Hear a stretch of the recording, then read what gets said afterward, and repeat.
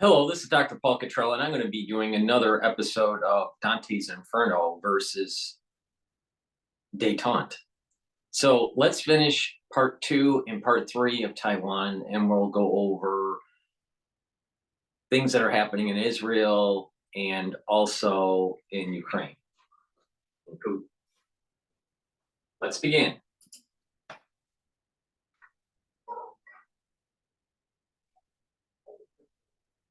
You remember our interview with Taiwan's former president Ma, which was so controversial, where he said Taiwan could never defend itself against China. Well, he said something else which caused an even bigger outcry. Here's the background. Ma has long been a major advocate of dialogue with China. He even met Xi Jinping in 2015. No other Taiwanese leader had ever done anything like it. So we asked Ma, could Taiwan work with Xi again? Could it even trust him? So you think you can trust them? Well, as far as cultural relations, you have to. This was an even bigger bombshell than what Ma had said about defense. This idea that Taiwan should trust Xi Jinping despite all of his threats. It exposed a debate about how far Taiwan could try to engage with China and seek ways to calm tensions down.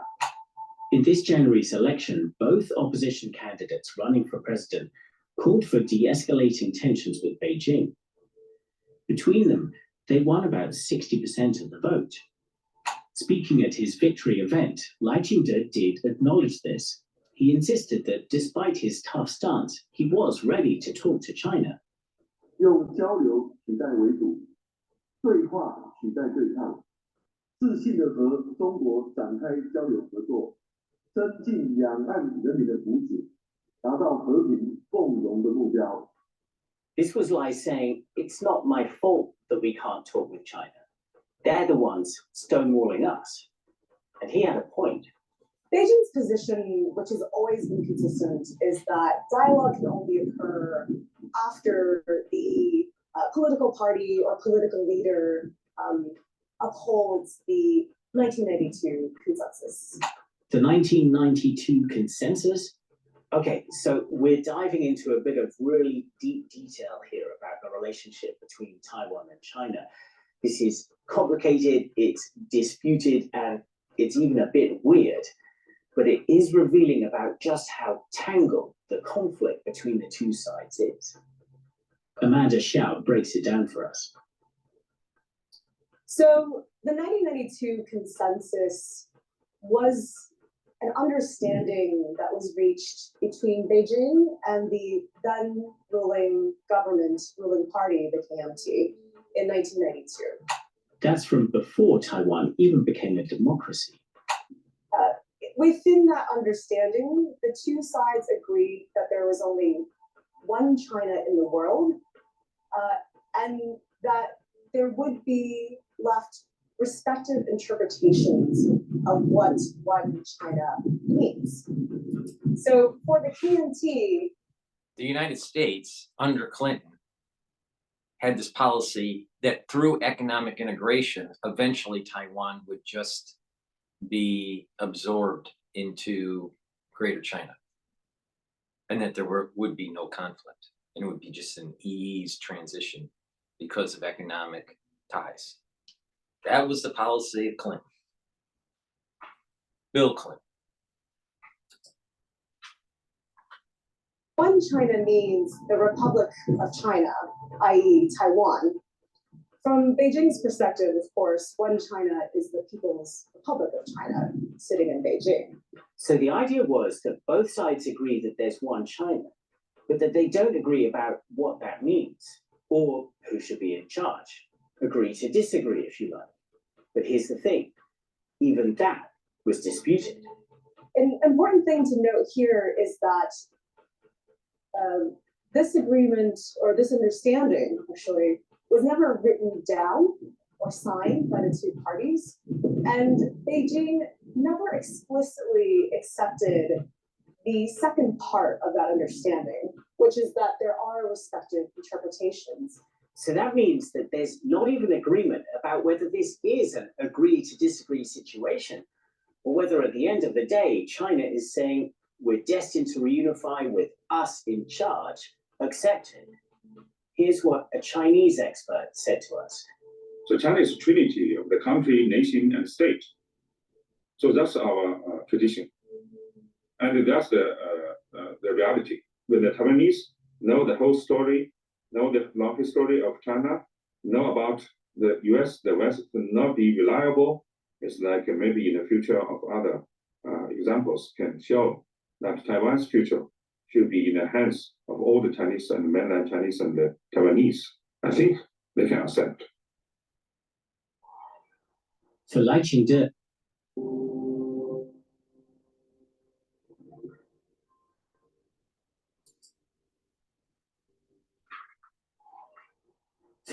and his party, this is a non-starter, and polling suggests that also applies to the majority in Taiwan. There has never been a political market for the arrangement that China is proposing for unification, which is one country, two systems. There's never been an acceptance of this by the Taiwanese people. Hong Kong's experience has had a chilling effect on Taiwan. China's notion of one country, two systems was supposed to preserve freedoms in Hong Kong for half a century. Now it's all gone up in smoke. We haven't seen what happens in Hong Kong. We've seen that one country, two systems, even the promise that will keep 50 years has already been broken. So people in Taiwan have to realize that the so-called one country, two systems simply will not work, whether in Hong Kong or in Taiwan. And there are no signs of Xi Jinping improving his offer to Taiwan or reconsidering his view of Lai Ching-te as a separatist. China's objections extend from Lai, in fact, to his vice president Xiao, who we heard about earlier. Xiao has an American mother and strong US connections. She's very American-like, actually, in the eyes of the mainland. So it's the independence is from the blood. So that's the reason I think mainland Chinese don't like her. China has even hit Xiao with sanctions. The target is external intervention and some separation force in Taiwan. That's the reason we put Xiao Meiqing or those guys as the target of the sanctions, not the Taiwanese other politicians or the Taiwanese people. So they are put Taiwanese future in danger. So they will be the enemy of our Chinese nation. So what does this all mean? Are all hopes of some sort of engagement between the new government and Beijing dead in the water? Amanda Xiao does point out that low-level engagement does continue, leftovers from an era of better relations. There are in place over 20 cross-strait agreements between Taiwan and China on a variety of issues, ranging from notary services to law enforcement cooperation to tourism. Even though formal cross-strait dialogue has been frozen since 2016, those agreements still stand, and so there remains some space at this more functional working level for communications to increase and for cooperation to perhaps deepen. One possibility is for some opening up of tourism between the two sides, but this is all quite low-level stuff. The question is there any chance of China softening its line on Taiwan? Xi Jinping has repeatedly said that what he calls reunification with Taiwan is inevitable, and that he reserves the right to use force to achieve that. We asked Chinese expert Wang Yiwei how Beijing feels this threat of invasion is appropriate. So this is a deterrence. This is our sovereign's rights to keep the unity, integrity, and sovereignty of China. This is use of force. It's not to kill the Taiwanese people. No, it's want to deterrence the external forces, not interfere of our domestic affairs. Amanda Xiao says there's no reason to expect any movement from China on what it sees as its most fundamental interest. For Beijing, taking that threat off the table would be very dangerous because it would open up the possibility of Taiwan moving further down this independence path that they see them going down. And Li Ximin says any hope of persuading Xi Jinping to change his approach is wishful thinking. Xi Jinping already said that the unification of Taiwan is the historical inevitabilities, and it is part of his China dream. So no way that the Taiwan just used different ways to engage with mainland China, so China will change their attitudes. So let's pull everything together for a moment. In part one, we saw how Taiwan wants to improve its deterrence against a possible Chinese attack, but that it's struggling with how to do that. And then in part two, we saw that Taiwan also would like to engage with China, but that Beijing is stonewalling over preconditions. Well, now in part three, we're going to discover some wild cards that could scramble everything.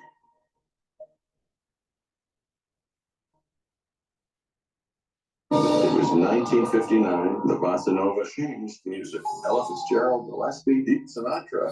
I came across a name on.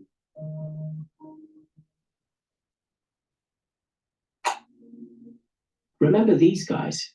These were the opposition candidates in Taiwan's presidential election. There's Ho Yo-yi. He was running for the KMT, the party that ruled Taiwan as a dictatorship for decades before turning democratic. It's the same party as former President Ma, who said those controversial things in our interview. But there was also Ko Wen-je. Let's talk about him for a minute. Ko was a surgeon before he turned to politics and formed his own party, the TPP, or Taiwan People's Party, just a few years ago. He called for a pragmatic approach to China, but was vague about details. His campaign was mostly about making the economy work better for young people. We saw on the ground how he really inspired his supporters with some of the biggest rallies in the days before the election. Ko finished in third place for president, but he could end up with way more power than you'd think. In this place, Taiwan's parliament. That's because of how the election played out on this legislative level. Ko's TPP party won only 8 seats in parliament out of more than 100, but neither of the top 2 parties got a majority. So those seats give Ko the balance of power. And he can use that power to help the government get things done, or block things he doesn't like. It gives him huge influence over all sorts of sensitive stuff. If U.S. were to sell a weapon system to Taiwan, for example, these are big-ticket items, which will be challenging for the ruling party to pass legislation, including budget bill alone on their own, and they will likely be needing TPP support. Just a few votes of difference can make the difference between whether Taiwan can pass or cannot pass significant defense cooperation bills. So what about those weapons that would be needed to fight an asymmetric war against China? Ko and his party may have the ultimate say. They will be the ones who are, quote unquote, trying to watch out for the purse strings for little guys in Taiwan. They're going to be likely to be less gung-ho about spending budgets on defense procurement, when they'll argue those same budgets should go to more bread and butter issues, maybe more school lunches for Taiwan's children, maybe a bit more money for welfare for the disabled or handicapped, for example. These are all arguments that they're likely to use, I think, as they go about slashing defense budgets. That would make Ko and his party a highly attractive target for China. Not try to make any judgment about political motivation or integrity of TPP as a political force per se, but to simply say that at this stage, TPP being the new kid on the block is relatively under-financed in terms of campaign financing, is probably still relatively embryonic in terms of personnel, talents, as well as human networks, generally speaking. So I think the reason why Beijing will want to keep TPP high on its list of priorities when you think about how to create and deploy more openings in Taiwan politics. Koonja insists he has no illusions about China and says Taiwan should stand up for its freedoms in any dealings with Beijing. 他的底线就是我们希望维持目前我们民主自由的政治体制和生活方式，这是台湾的底线。那我也知道你的底线是什么。那在中间，我们试着去找到一个平衡点。But Xi Jinping has every incentive to shift that equilibrium. China has long sought to influence Taiwanese politics, both out in the open and more covertly. This new situation in Parliament could offer it big opportunities. The prize could be not just hampering Taiwan's efforts to strengthen its defenses, but undermining its relationship with the US at the same time. As we heard earlier, a future US administration might be unforgiving if Taiwan started to wobble on defense. I think this is really important for people on Taiwan to understand, because I think Americans are not going to be prepared to lose a ton of people and money and reputational capital if Taiwan is indefensible, especially if there's a perception that Taiwan is not serious about its own defense. You don't want to end up like Ukraine. That is completely correct. The way to avoid ending up like Ukraine is to have the military capability that Xi Jinping has been talking about. Volodymyr Zelensky was hailed as a hero, but his cause has been sucked into the vortex of American politics. Taiwan's new president could face similar risks, especially because those asymmetric weapons that Taiwan will need from the US, they're exactly what Ukraine needs more of too, meaning Taiwan could find itself pulled deeper into debates about America's priorities. Li Shimin doesn't shy away from that. In my point of view, I think Taiwan is much more important than Ukraine for the United States. Don't forget the Ukraine. They still have kind of a European country. They should work together with the Ukraine to defend the invasion from Russia. It's not the sole responsibility for the United States. If the Taiwan is taken by the China, then the United States will lose their credibilities, and the other regional countries will not trust the United States anymore. That means that China will dominate Asia, and they can successfully push the U.S. military out of the West Pacific. Then it is very strong impact for the United States, much more stronger than the Ukraine. Everything is so entangled with everything else. The US, China, Ukraine, Russia, knock-on effects for Europe, and at the heart of it all, Taiwan, facing threats that you can hardly fathom, and decisions that are almost too ominous to take. For Li Shimin, there's one simple lesson to hold on to. God only help those people who help themselves. If you don't have the will to defend, nobody will help you to defend you. That is the good attitude that Taiwan should have. It's going to be up to Lai Ching-te to try to bring all this together as he embarks on one of the toughest jobs in the world. This is a test of stamina for Taiwan, for China, and for the United States. And it's a test through not just 2024, but every year that follows, until maybe one of them runs out of steam. People here in Taiwan know that they have the most to lose.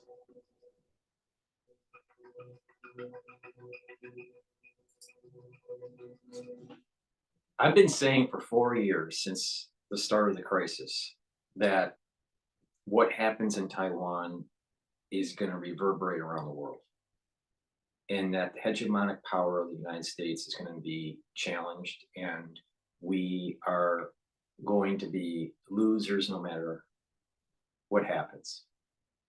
The question is, how much will we lose? If China wins the Pacific Theater, the United States will be heavily truncated in terms of its projection of power in the world. And we will have expended an enormous amount of resources, military resources, and financial resources to try to win the war. And will be even a weaker power than the UK after World War I and World War II. If we win the war, we will be a declining empire with some hegemonic projection, but we will not have the standard of living pre-war with China. So the question really is, how much of a decline do we want? If you want a severe decline, the maximum decline, then the United States would be losing the war with China. If you say, well, something that's more like the UK model, post-World War I, then winning the war with China in the Pacific theater would have to happen for the United States. That's what's going to happen. The United States, people need to realize the United States, because of its internal struggle, because of the over-indebtedness, because of the poor decisions that we made post-Cold War, the empire is dying. Now, I take the stance that we have to defend Taiwan to not just help the Taiwanese, but also to slow down the hegemonic power of the Chinese. And when this war happens between the United States and China, China most likely will lose. And the United States will be severely hampered. There's not going to be a real winner in this. But the Americans, through poor domestic and foreign policy, has led to this situation. You have to pick the less bad shirt, if you want to use some analogy. Which path, if you're an American, which path do you want? Absolute destruction of your country and its hegemonic power, or 50% of it? You're not going to have the same type of power and influence and affluence that we had since World War II. Americans have made poor decisions. Its leaders have made poor decisions. The national security state has made poor decisions. And it will literally destroy the greatness of the country. That's where we're at. And I'm not the only one saying it. Okay, let's I want to take a look at some of the things that I was looking at today in the morning. I want to play some of the. Okay, this is Mayor Adams faces backlash over plan to move money to illegals. This bobblehead is just ridiculous. And did you notice who it is? That's right, none other than the man who will make this country great once again. Tagline. Let's bring in Harlem resident and executive director of Silent Voices United, Tiffany Fulton, and criminal defense attorney Vic Bajaj. Welcome to you both. Thank you both. 1 in 4 kids, Tiffany, welcome to the program. 1 in 4 New York City kids living in poverty, and yet they're spending tens of millions on prepaid debit cards to the illegal immigrants. What do you think about this whole setup?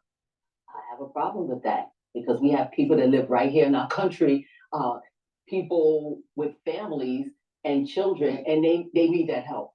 So for them to be giving it to illegal migrants or migrants that's coming into the country and giving out this free money. What about the people that live here in the United States of America? Yeah, it's a very good question. Vic Bajaj, to you now, because I want to play this video. A migrant who is accused, this is body cam video, by the way. A migrant is accused of killing a Florida deputy. He's now suing the deputy's estate, claiming he had a disability or not knowing English. That was the disability here. I mean, have you heard of a case like this, Vic? Is there a case like this? Or are the lawyers just using these people to try to get a leg up on the justice system? Well, let me tell you how unbiased I'm going to be here. I'm a defense attorney, so usually I'm fighting the government against some fruitful or fruitless charges against my clients. This is throwing yet. My understanding is there's been an increase in lawyers of an increase in the number of lawyers out there by about 6.6%. I believe this is data coming from 2022 or 2023. It might be 2022. But the point is that we have had an increase in lawyers. All right. The country, part of the problem that I was stating and how we were declining from internal policy is that we're allocating people into careers such as lawyers where the country is becoming too litigious and that you can't do anything because there's too much regulation or you're worried about a lawsuit or whatever. Lawyers have caused this problem. Lawmakers have caused this problem. We need more engineers and less lawyers. We need more freedom and less regulation for the country to prosper. Now, part of the reason why China was able to grow so fast is because it didn't have so much regulation. Now, yes, there, through good regulation, you prevent the destruction of the environment and you improve this, the safety of the society or the worker. For example, some OSHA regulations are important for the safety of the worker. I'm not saying get rid of all regulations, but when you have a litigious society, when you have an overreach of the government, you have too much regulation. You have fear of being sued all the time. And because of that, the society crumbles from within because it's not as productive. Then you add in AI and all this stuff, and you're going to start now having less people working, and the society will be even more less productive because you are, just because a robot can make it, right, doesn't mean that the GDP is going to go up because who's going to buy the product? You may be making a bunch of product that just sits on a shelf.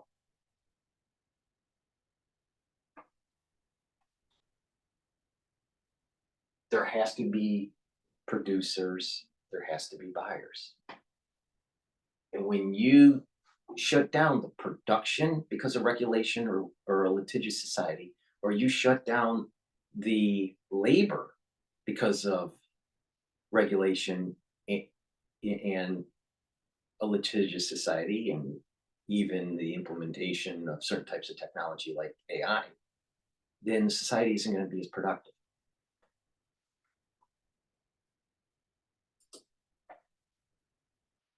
Thing against the wall. Now, you don't have to be a citizen to have constitutional protections, right, but you still have to have a righteous claim. Now, this individual, interestingly enough, Trace, was just declared incompetent by the criminal court. So the criminal case is on hold regarding the manslaughter against that officer who actually died from a cardiac arrest during this incident. Yeah. That's on hold, but the civil case is going, perhaps short-sighted by the lawyers because his client or their client will have to be deposed to prove that case. So it will come out of the bag eventually. It really is kind of amazing. Now, Tiffany, there are pictures. I got some pictures, and I know you toured this luxury building that is about to become a migrant shelter. And I want to put these pictures up because this is what's about to be in the Harlem area, a migrant shelter. But more concerning, I want to play some sound of an angry Harlem resident. Watch this, and we'll get your response.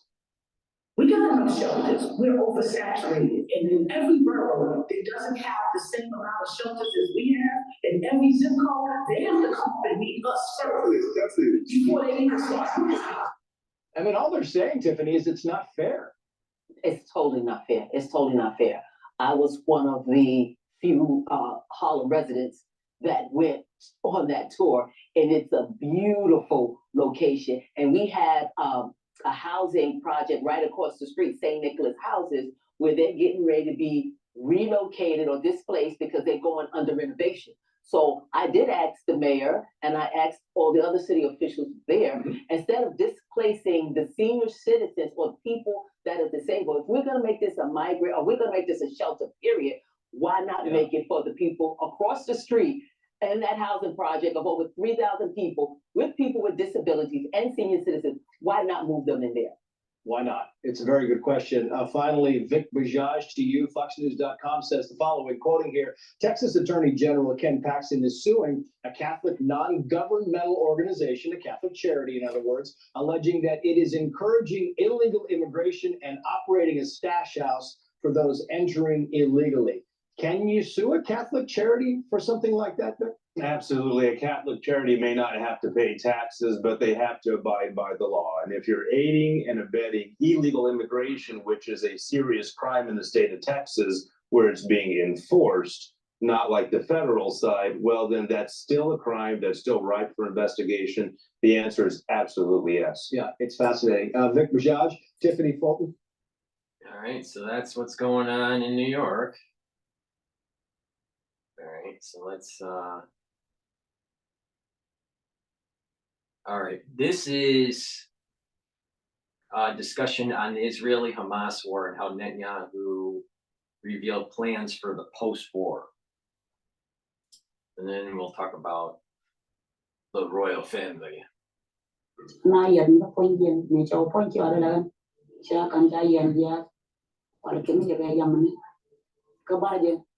Or UAE into this process, although he does not have those commitments yet. And Vous voulez parler couramment français? Then pay close attention to what I'm about to say. I want to teach you 5 key principles that 99% of French courses skip right over. Gaza border here, as Israel's prime minister is urging that, quote, local officials who are not affiliated with terrorism will govern Gaza after the war.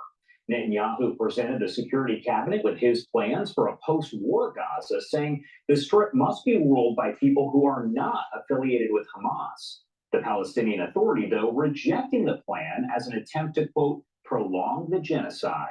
In the meantime, the Israeli War Cabinet voting to send a delegation to Paris for a discussion on a deal that would free the remaining hostages that were taken by terrorists back on October 7th and also bring a ceasefire, at least temporarily. I want to talk about all the latest developments here, so let's bring in a special guest, Dr. Melanie Garson, Associate Professor in International Conflict Resolution and International Security at University College London. Thank you so much for taking the time to be here with us. Good morning. Thank you. All right, so first off, I do want to talk about this plan that Netanyahu did release over to the cabinet. This is about the post-war Gaza and who will rule it. What essentially do we know now about this plan? And my follow-up question here, does Netanyahu have the authority, the power to decide this? It's a really good question, and it's an interesting plan, and the timing of it as well is particularly critical as they go into another set of negotiations. There's been a big call to say that Israel doesn't have a vision of what day zero looks like in Gaza. The plan fundamentally focuses on no reconstruction without demilitarization, holding a strong security zone also on the Egyptian border. So it required in this plan continuing security presence from the Israelis within Gaza until this reconstruction and stabilization has happened. It is a decentralized approach, relying on bringing together a combination of figures that would have authority but are distant from Hamas, and not just Hamas, but also from Fatah, from Palestinian authorities, particularly what's been cited, the pay for slay kind of policies, so that to really try and minimize anybody associated with terrorism or the supports of the structures of terrorism within it. And then it sort of moves forward, what would the reconstruction look like, and de-radicalization, and particularly highlight bringing in what would be like-minded countries such on the de-radicalization, particularly thinking about Saudi or UAE into this process, although he does not have those commitments yet. And those countries have stated that they, will only see sort of relations in the context of a Palestinian state. So it's a broad-ranging plan, keeping Israel in security control and trying to sort of devolve political control to non-terror associated entities or policies. There's been a lot of protests, I would say an uptick outside of Israeli lawmakers' homes and other public officials there, as folks are calling for essentially elections. They want to have an election for prime minister here. Is it possible that Netanyahu is actually ousted from office while this war is ongoing? Because he said that he doesn't want elections to be held while there is a war. So is it possible he's actually ousted? The FanDuel, every night is a watch party.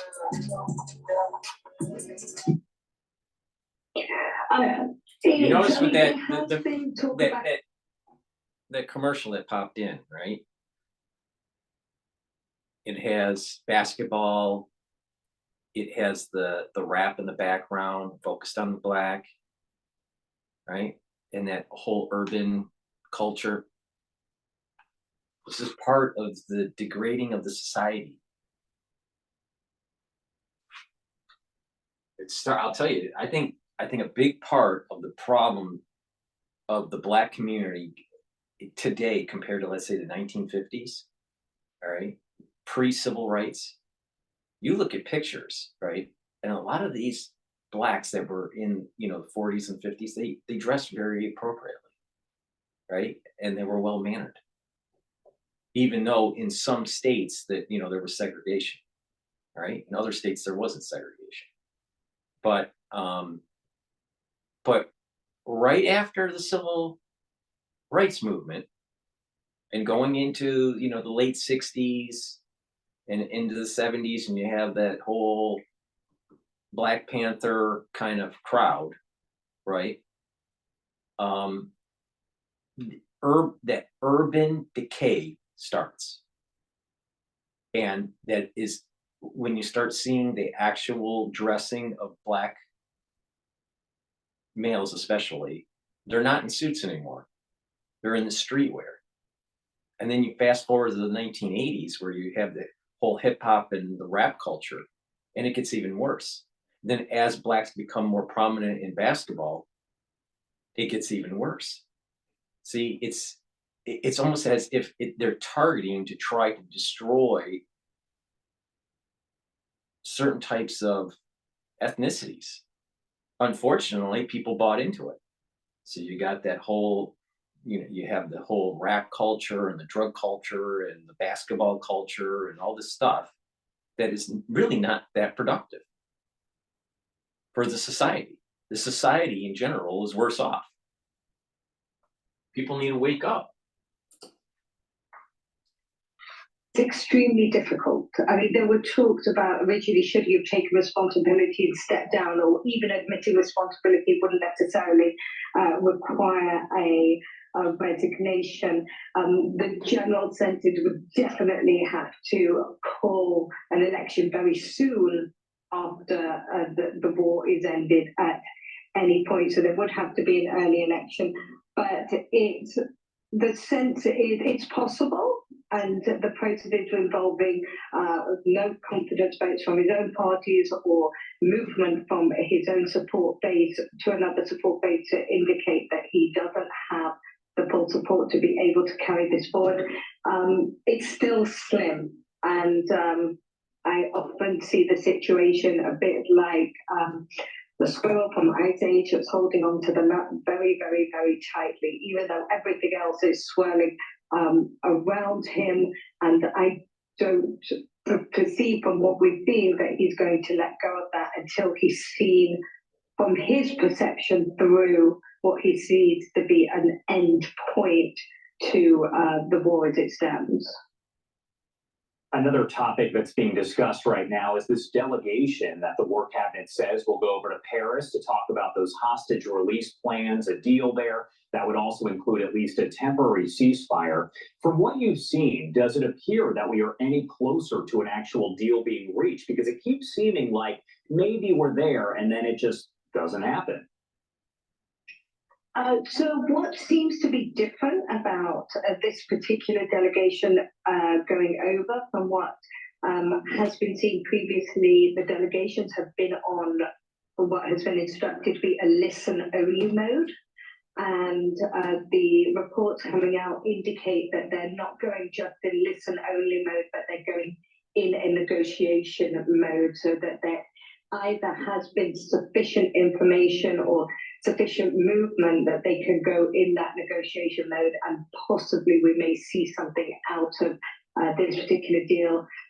The suggestions of that there's significant US pressure, sort of with the envoy, of course, CIA Director William Burns is over in Paris at that, and there is a very strong drive to try and have a pause before Ramadan, which starts on the 10th of March or thereabouts. And you're, of course, in London. What do you think about the UK abstaining from the vote on that Gaza ceasefire resolution in the UN? We know the US eventually voted against it. They vetoed it. Why did the UK abstain from voting?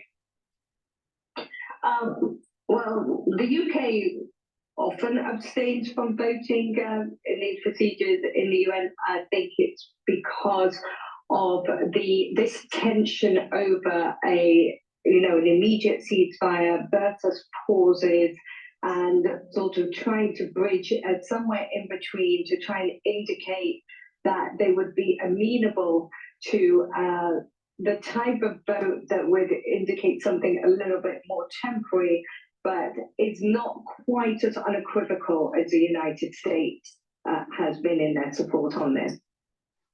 My last question here. The head of the UN Agency for Palestinian Refugees says that UNRWA has reached a, quote, breaking point after several countries pulled funding following those accusations of UNRWA employees being involved in the October 7th attack on Israel. Is that statement likely to cause any countries to resume their funding?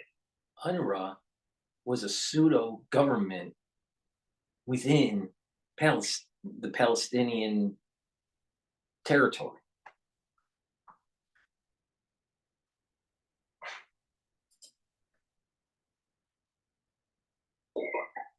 I think that there's been sufficient evidence presented that UNRWA is fairly rotten to its core, and despite the possibility that it has the structures to be able to disseminate the humanitarian aid, what has come to light is that actually Hamas is hijacking those structures, or either UNRWA has given them that license unwillingly or willingly, but that the whole institution is riddled.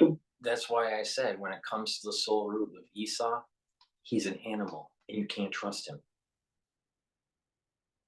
The only way this is going to end is that Hamas, Hezbollah, and Iran are absolutely, completely destroyed.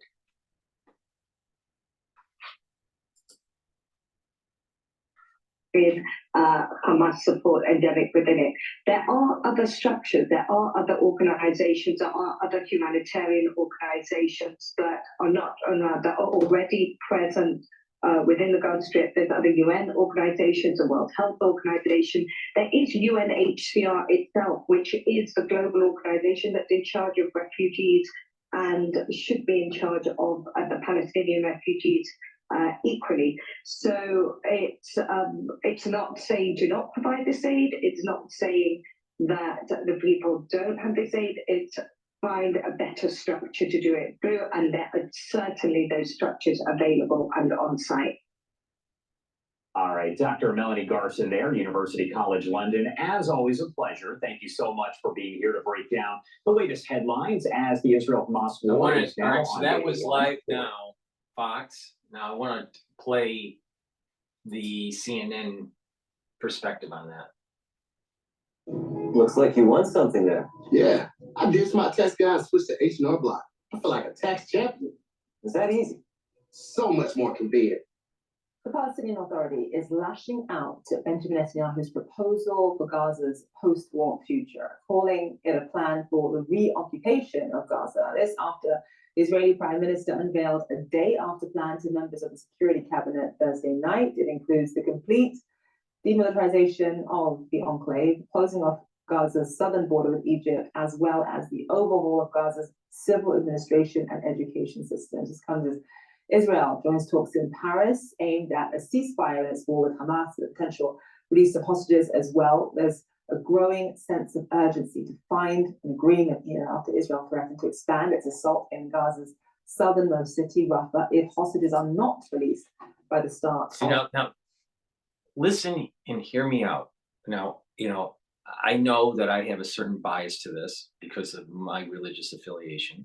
Some people agree with me, some people don't. That's okay. All right. But we have a national security state that is out of control. Now, think about it from the standpoint of the Israelis. All right. They have this existential threat that's going on. And, they have if you agree or disagree, it doesn't matter. But they have a big part of the society has this concept of rebooting the temple, taking down the Dome of the Rock, and going to biblical borders for Israel. You could agree with that or disagree with it. It doesn't matter if you agree or disagree with it. It's just that that's the perspective of many, many Israelis, all right, and many, many Jews around the world, all right? Now, you have this national security state in the United States that wants to just keep on kicking the can down the road and let Iran end up go nuclear. Why? So we have a justification to have all this advanced weaponry and anti-ballistic missile technology be developed, and how that would probably also fund Star Wars in outer space. A great way to help take down the national security state is actually let the whole Middle East go up in flames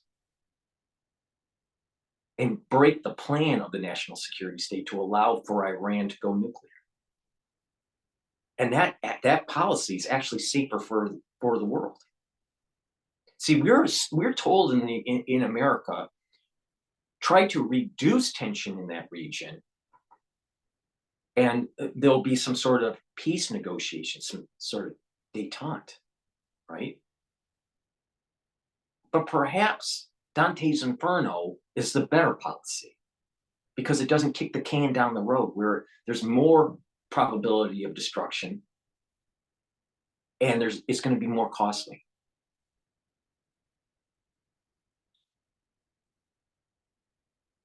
Going after Hezbollah and Hamas indirectly is going after the rotten core of the national security state.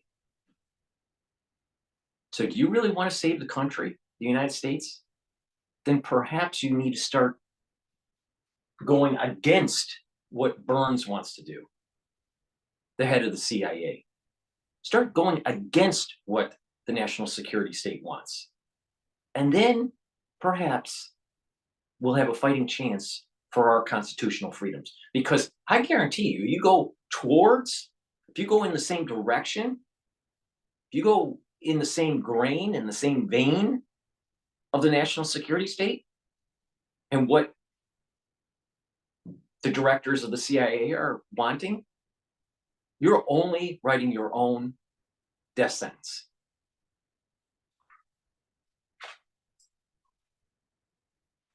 For that in about 2 weeks from now. CNN's Nick Robertson is in Tel Aviv for us with the latest. So let's just talk about this plan, Nick. Demilitarization of Gaza, indefinite military control by the Israelis. Also, Israel would have basic control of all sort of access points to Gaza as well. Just give us more detail in terms of what is in this plan and how the US will likely respond to certain parts of this. Yeah, we've actually already heard from Secretary of State Antony Blinken referring to a couple of parts of it. He said he'd just seen reports about it and he'd yet to get into the detail of it. One of the things that stands out in this proposal by Prime Minister Netanyahu is the full control of Gaza, all the borders, which means taking control of the southern border along the border, what is now the border between Gaza and Egypt. And he says that is to stop any smuggling underground using tunnels or overground. That would be a significant change.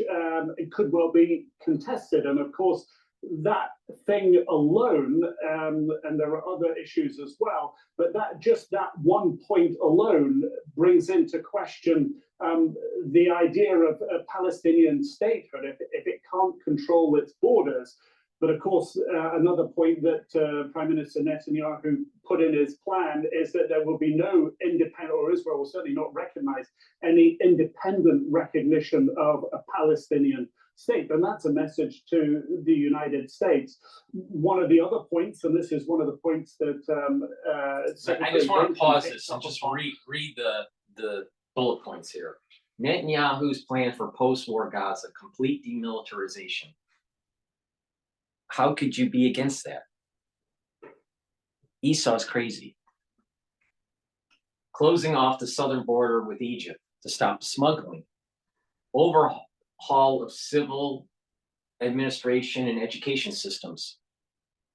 That sounds pretty bright because you know what? Their educational system is just feeding hate in Gaza. And it's time for them to start becoming productive citizens within their country. Security control over the entire area west of Jordan. Totally makes sense because you got to remember what's really going to happen is that the people that are in the West Bank and in Jerusalem that are Palestinian that don't want to play nice with Israel, they're going to be kicked out and moved into Gaza.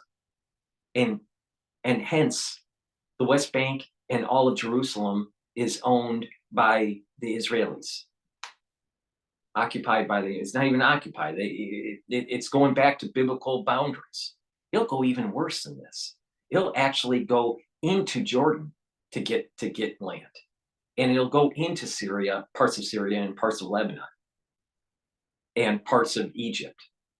Now, is that 10 years from now? I don't know. Is it 20, 30, 20 years from now or 30 years from now or 2 days from now? I don't know. But this is where it's going. So you have to control the West Bank because they're going to start attacking. And when they attack, then you round them up and throw them into Gaza. Shut down UNRWA. It's been running as a pseudo government for the Palestinians and not as a real nonprofit, humanitarian aid organization. And this is the problem with Esau. They try to tell the international community, fund these organizations, these nonprofits, and we'll help the Palestinian people. How much help did you really actually offer? Because the leadership wants the world to think and to see the squalor that's going on in Gaza. Meanwhile, not ask the question, perhaps maybe the people within Gaza should start running their land and be a productive country. They don't want that. They want to show the world squalor to try to put pressure on Israel to give them more land. No unilateral recognition of a Palestinian state. Damn straight.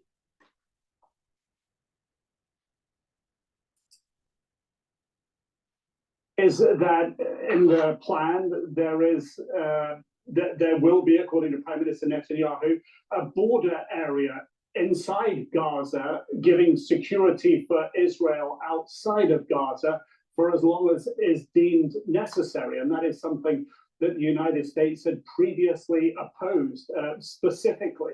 So that also seems to sort of... Why should the Israelis even give a damn what the U.S. has to say? Yes, I know that they're giving arms and all this. But you got to remember, look at the big arc of this. The national security state in the United States failed to handle Iran.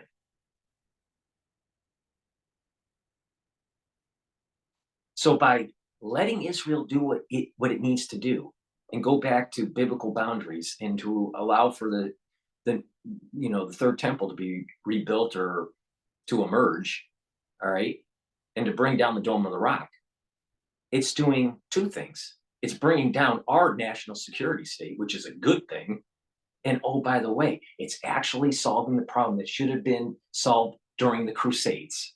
And that was the Christians should have torn down the Dome of the Rock when they had control of Israel, of Jerusalem, back during the Crusades. The face of what Israel's allies are saying. Another point that's raised as well is Israel passing over or giving some sort of civilian control to unnamed, unspecified civilian bodies or persons. But also it talks about de-radicalizing inside schools, inside welfare institutions. Again, that does not really sound like an independent Palestinian state. In fact, this is, I think, the point that the Palestinian Authority are making, that this is really a reoccupation by Israel, although Israel is saying it will.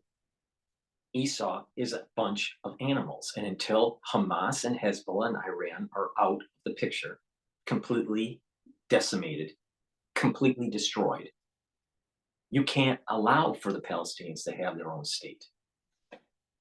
It has to be staged.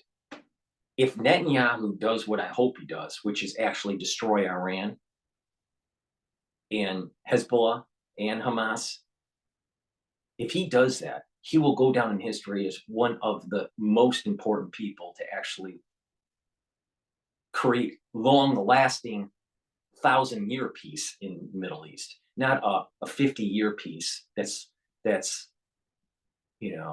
expedited and is pragmatic for some sort of U.S. consumption.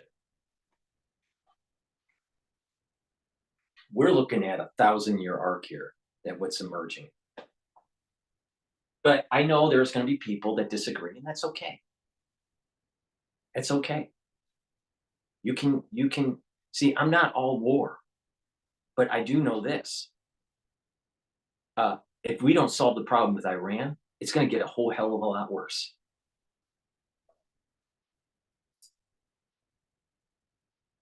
It will completely demilitarize the whole area, but it clearly wants to be able to have operational ability inside the freedom of operational movement for security measures. So this is what the Palestinian Authority is talking about.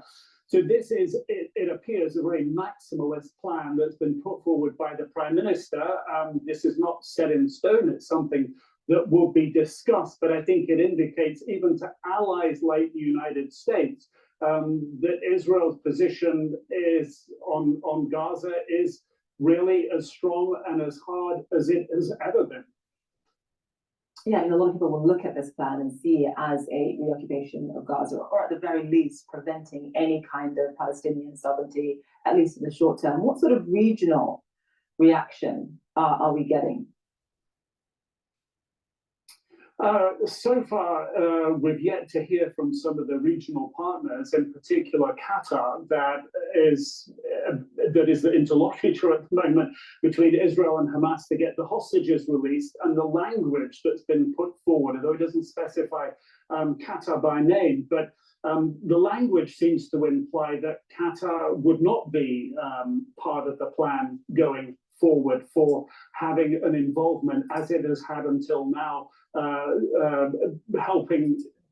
essentially helping finance through Israel and the United States the authorities inside Gaza. That appears to be ruled out. Israel is saying that the Arab partners that it would have to help administer and finance what happens inside Gaza would be of its choosing.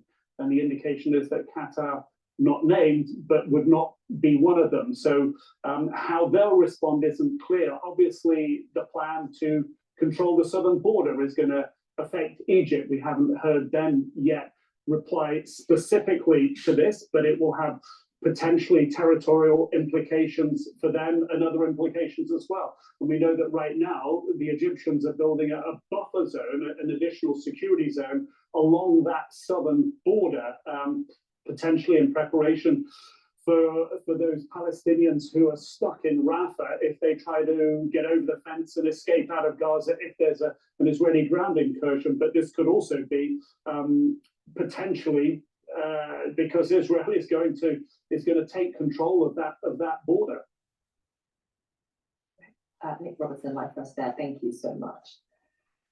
Israel is rejecting disturbing allegations reported by UN experts of its forces killing, imprisoning, and raping Palestinian women and girls, saying the allegations are motivated by hatred for Israel. Earlier this week, UN experts said they were distressed by reports of multiple forms of sexual assault against Palestinian women and girls in detention, including being stripped naked and searched by male Israeli army officers. Those UN experts are calling for an independent investigation, and the unique toll on women in this conflict cannot be ignored. Statistics from the UN show that around 70% of those killed in Gaza are estimated to be women and children, and that 2 mothers are killed every hour. What about the statistics of all Black women on the Supreme Court in New York? All right, my understanding is they have 5 seats at the state level, Supreme Court. That's my understanding. I could be wrong, but even if it's more, it proves my point even more. All right.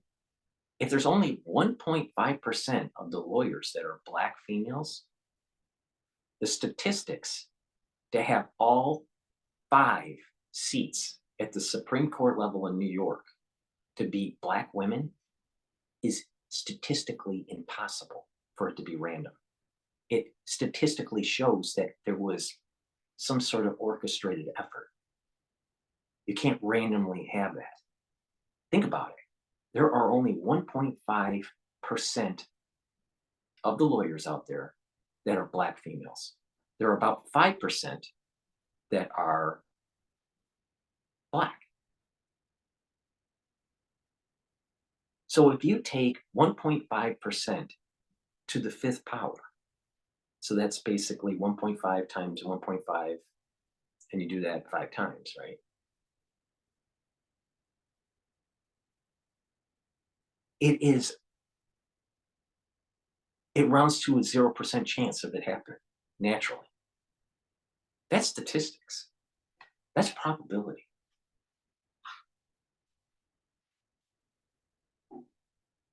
We can't ignore that, but CNN does.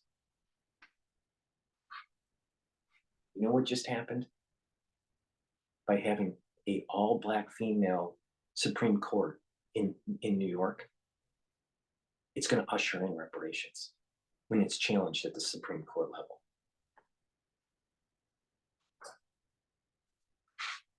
To the UN Special Rapporteur on Violence Against Women and Girls about these allegations, Reem Al-Salem, said that some of these allegations are not new. I want you to listen to what was said.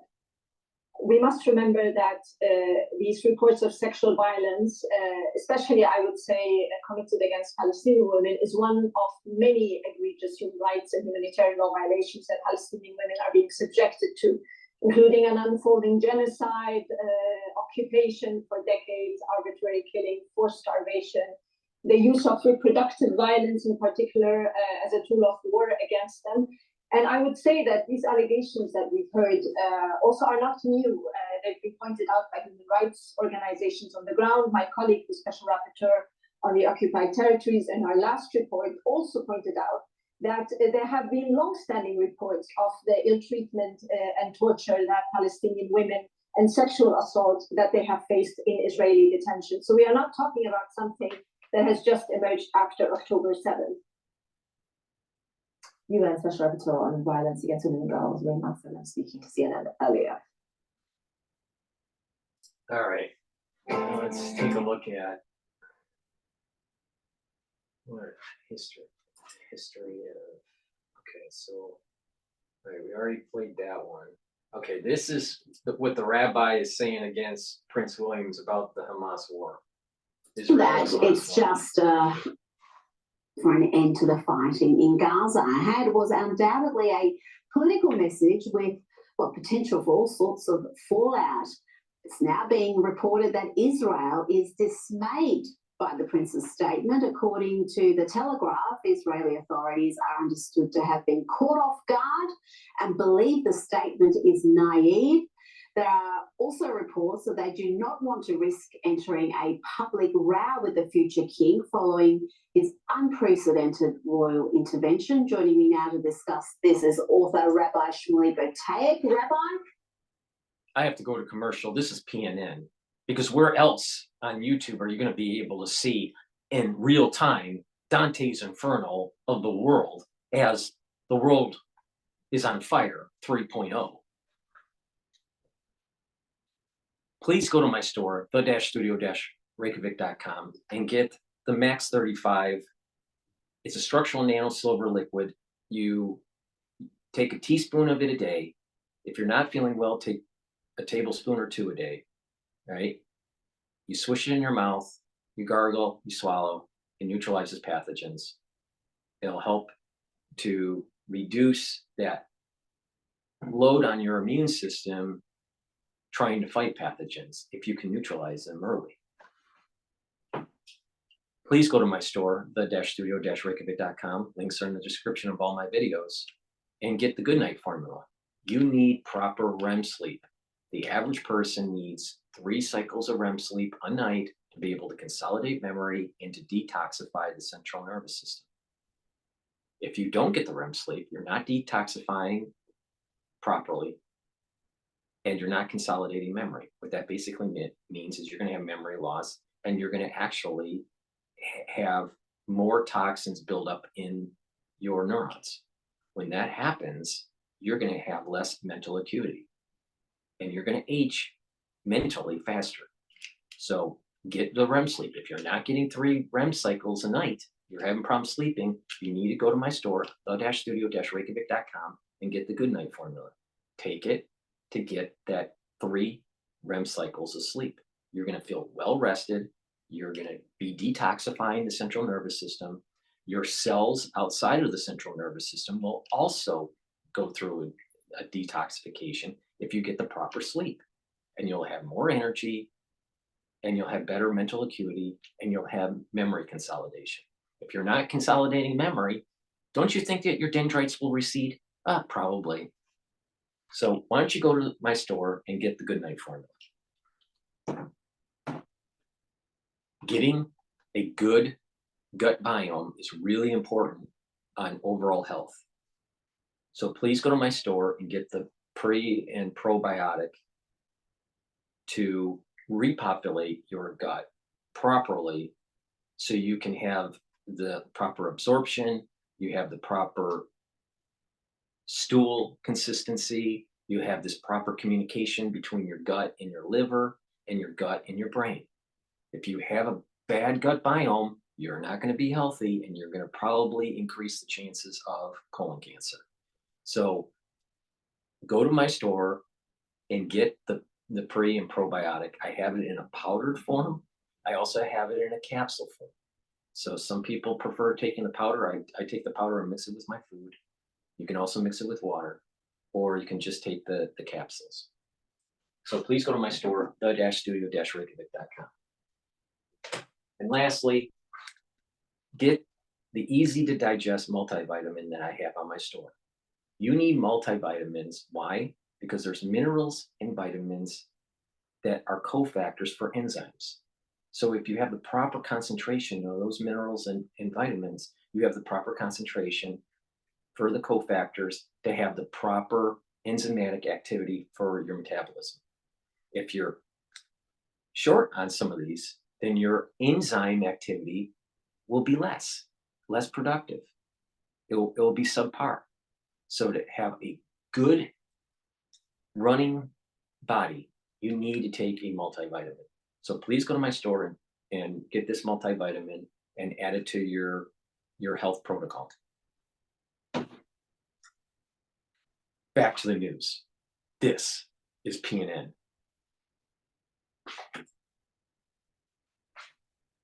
It looks like Israel was blindsided here by the future king's comments, which essentially amounted to calling for a ceasefire. Rita, I wish that Prince William knew some of the history, I'm sure he does, of his own great-grandfather, King George VI, because when he was the leader of Great Britain, he sanctioned the carpet bombing of entire German cities. We're talking Essen, Cologne, Berlin, Saxony, where civilians were deliberately targeted. This isn't in the time of Genghis Khan. This is in the time of his grandparents. Now, and of course, his grandmother served in the actual military as the heir to the throne. Now, let's be clear. The United States during the Second World War never bombed at night, even though it would have protected their pilots. They used during the day daytime precision bombing, something called the Norden bomb sight, which was the second greatest secret of the war after the atomic bomb, precision bombing. But the British didn't care. They said, we're going to stop the Nazis once and for all completely, because they represent such a terrible evil that unless we carpet bomb the entire country, we're never going to see peace in our time. And they never apologized for it. Israel uses the American daytime precision bombing, losing hundreds of its soldiers when, of course, its air force could flatten Gaza. And here comes the Prince of Wales and says, why doesn't everybody like... Rabbi, get your facts straight. Israel is firing weapons at night, too. So they're not doing just daytime precision.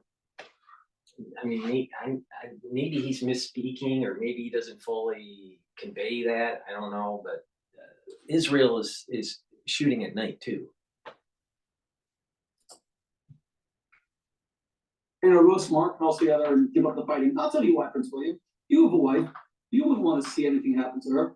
Do you know that 300-400 women were shot in the vaginas, their breasts cut off, played like with a volleyball with the terrorists? Do you know that children were decapitated, people burned alive? So if there were a ceasefire, Hamas says, we're going to do this again and again and again until every last Jew on earth is dead, which is why Prince William's grandfather, George VI, told Winston Churchill, bomb and do whatever you need to do to stop Britain from being annihilated. And we haven't even employed in Israel these things. So I just wish Prince William was a little bit more knowledgeable of the history. Well, I agree with a lot of what the rabbi has to say, since, he was the rabbi to Michael Jackson. But, the thing is, Rabbi, it's not just the precision bombing / non-precision bombing in World War II. It is also this concept of a modern construct of what we call Palestine, the Palestinians. That's a modern construct that came from UK. All right.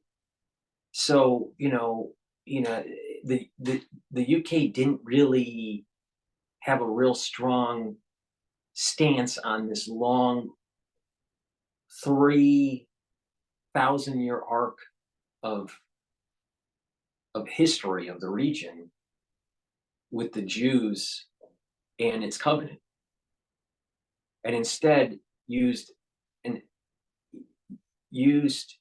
a new modern construct to kind of try to create some sort of stability for the oil market at that time. All right, the Palestinians is a modern invention as a state. Same thing with Ukraine. It's a kind of a modern construct. It's much more complicated in terms of what Ukraine really is. So it's not just the precision, non-precision concept. And I would agree with you. And the other thing is that I would take it even one step further, Rabbi Shmuley. All right? Part of the problem that we have in modern warfare is it's too precision. Sometimes it needs to be less precise, so there's more collateral damage. So the society understands more of the will to try to end it. If it's too precise, then, you know, it's a Kindler machine gun hand, right? And 1,000 points of light from George Bush Sr. Sometimes you need that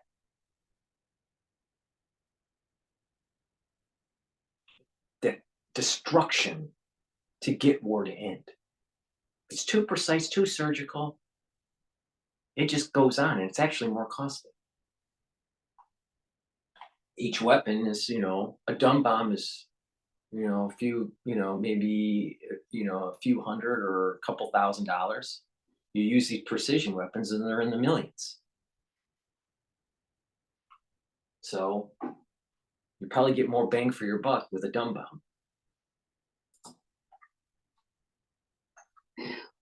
Well, beyond that, unseen threats can lurk undetected in your hybrid cloud environment. Our cash balance is really healthy. I didn't do that.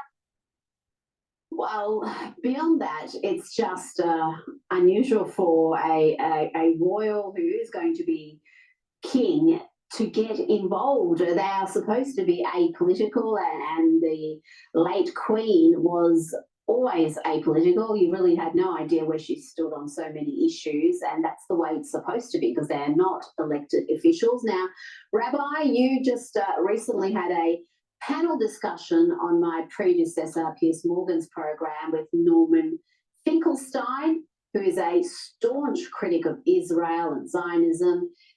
He made some truly hideous comments, I've got to say, celebrating October 7. But the discussion you had with him on that program got really heated, it got ugly, and now you've come under fire for being too emotional and attacking Finkelstein personally. Do you regret that? I know this is just storming all over social media. Tell me about why you got so heated with this.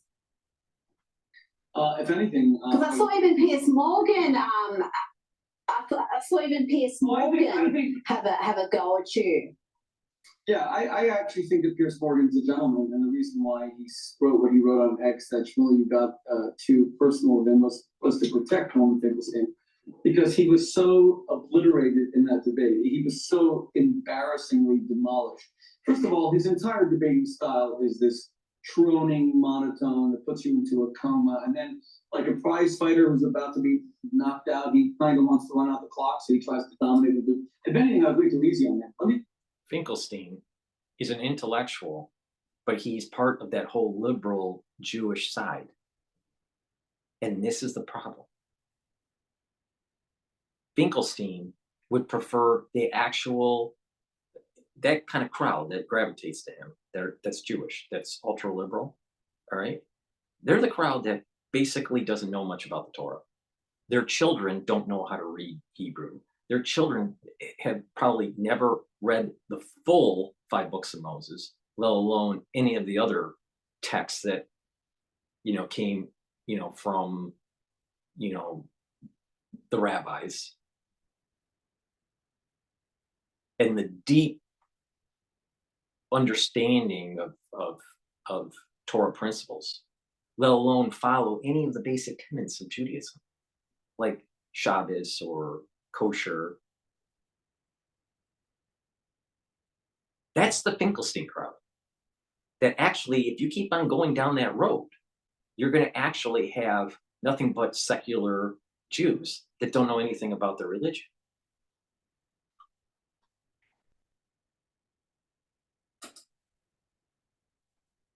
Let's be clear about who Norman Finkelstein is. He wrote a book that said that we use the 6 billion Jews who were gassed to death in the Holocaust. We choose to use it today only to make money. We use it to shake down Switzerland, to shake down Germany, and to get giant payments from Swiss banks. If that isn't disgusting enough, on October 7th, hours into the attack, he actually wrote that every fiber of my being is celebrating the attack on the Israelis. What he said was bad enough. We don't need to put any mayonnaise on it. It was pretty bad. He directly referenced the child in the children's faces.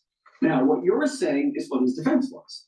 He's saying, I did say that every 5 of my being celebrating this, but I did not know that beyond 50 Jews were murdered. So let's say it was 50, Rita. Let's say only 10 women were shot in the vagina, 10 Jewish men were decapitated, and only 20 Jewish children were burned to death. So he's saying then it would have been okay. That was actually his defense to Piers Morgan. Norman Finkelstein, we were only talking about him for one reason. Because if Jews are news, which they are, according to the classic journalistic idiom, then Jewish anti-Semites get the brightest headlines.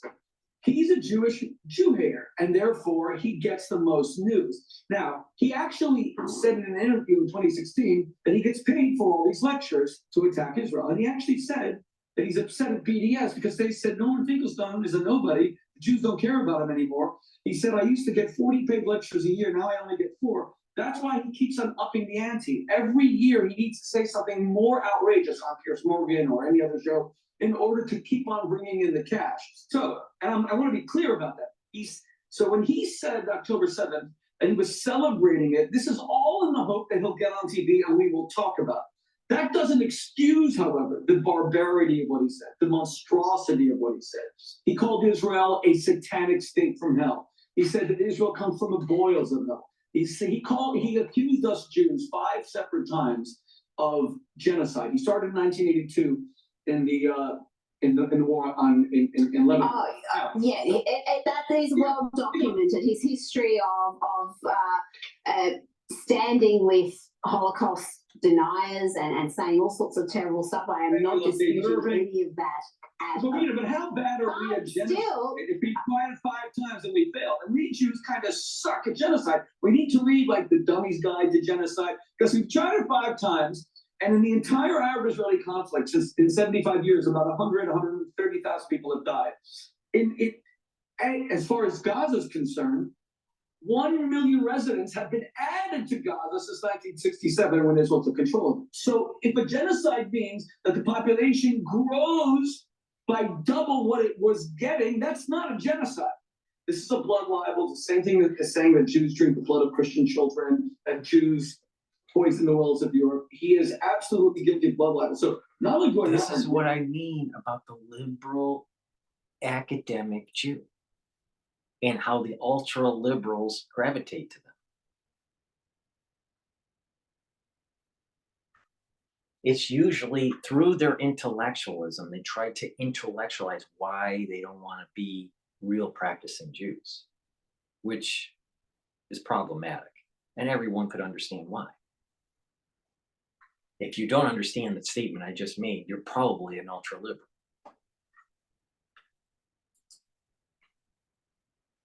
They said, I went way too easy on him. I regret that I wasn't tougher on him. And the Jewish community is saying that I should have been much tougher. Because you know what? We're tired of disgusting pigs like Norman Finkelstein who say Jews love blood. He's the word bloodlust. We love to murder. We love to kill. We're vampires. We like drinking blood. He's Rabbi disgusting. Shmuley, we've run out of time, but I think you have made your point very clear indeed. Rabbi Shmuley Bertay, thank you so much for your time this evening. World's going to hell. Dante's Inferno, not Detente. Okay, let's okay, so we played those. Now what's the next one I want to do? This one is Russia attacks Kiev. There's nothing more powerful than you. Marks 2 years. Making your thing happen. Really going for it. Doing business on your terms. Running. Targets in the port city of Odessa have been hit, killing 1 person. 3 others were seriously injured. The anniversary is being marked by a meeting of the UN Security Council, which was told by the Secretary General that the conflict was an open wound at the heart of Europe. I'm gonna roll back this picture. Maybe you can see it. And people know about the Security Council, and you have this kind of like C shape, right? But what's so weird? I've always found this kind of almost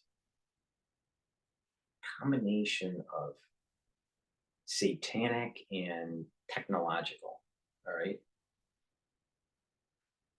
CERN-ish in a way. Is you have the camera right in the center, and they have it in a wrapped, you know, with a cloth. It almost looks like, you know, some sort of garment that this tripod's on. The camera's on a tripod, and then there's a cloth wrapped around it, so it's almost as if it's a body, and the camera is like this one eye, you know, and it'll track, you know, so someone that's speaking, it'll go and to that speaker, right, and move around. So it's moving around. My understanding is how it works is it moves around that seat, the seating arrangement. So it's almost like this one eye body system. And so you have the security console all sitting, and the centroid, the center point of that is this one-eyed structure that kind of looks human. It's human-esque in a way when you look at it. I just find that really odd. Very 1984. Very, I don't know, demonic in a way. Maybe other people have seen that, you know, and have felt the same thing. I don't know. Security Council, which was told by the Secretary General that the conflict was an open wound at the heart of Europe. And in the last hour, the EU Commission Chief Ursula von der Leyen has praised the extraordinary resistance of the people of Ukraine as she arrived in Kyiv. She was travelling alongside the Prime Minister of Italy, seen here, as well as Canada and Belgium. Let's take you back to the scene live in Kyiv as the country marks the second anniversary of the conflict. Well, Vincent McAvenny has this report. 2 years on from the biggest attack on a European nation since the Second World War, the UK is marking the anniversary by reaffirming its commitment to Ukraine. The government has pledged an additional £245 million towards producing artillery shells for Ukraine and announced further sanctions on Russia. The Prime Minister stating Britain is prepared to do whatever it takes for as long as it takes to help Ukraine achieve victory. Labour leader Sir Keir Starmer has also said President Vladimir Putin's cowardice and barbarity would not prevail. But it's faltering US funding, which is stalling Ukraine's efforts, something the Foreign Secretary is pushing at the UN in New York. Thank you. If we allow this brutal dictator in Europe to redraw boundaries by force, to invade other countries and to get away with it, no country will be safe. And we know from our history that if we allow that to happen, the cost when we eventually have to intervene and stop them is so much greater.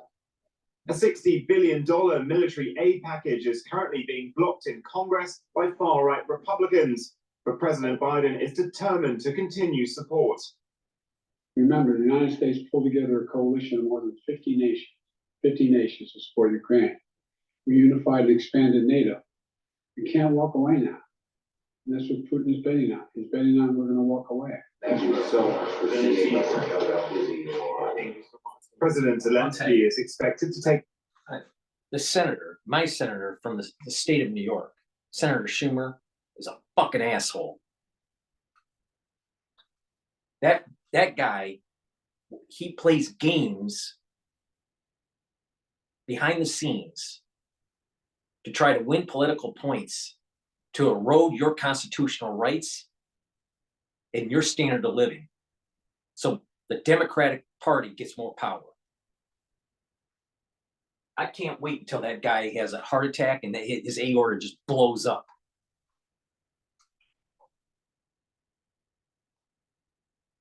Fucking asshole.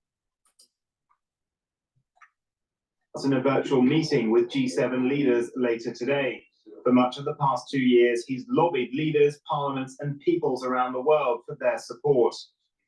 Whilst morale might now be faltering both at home and abroad for the president, it's clear the Ukrainian people, despite the destruction and loss of the past 2 years, aren't ready to give up their country. Vincent McAvenny, BBC News.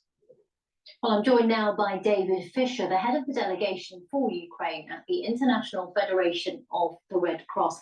Thanks for joining us here on BBC News. David, you're in Kyiv at the moment. You have worked throughout this conflict. I want to begin by asking you where you see things for the humanitarian situation 2 years on.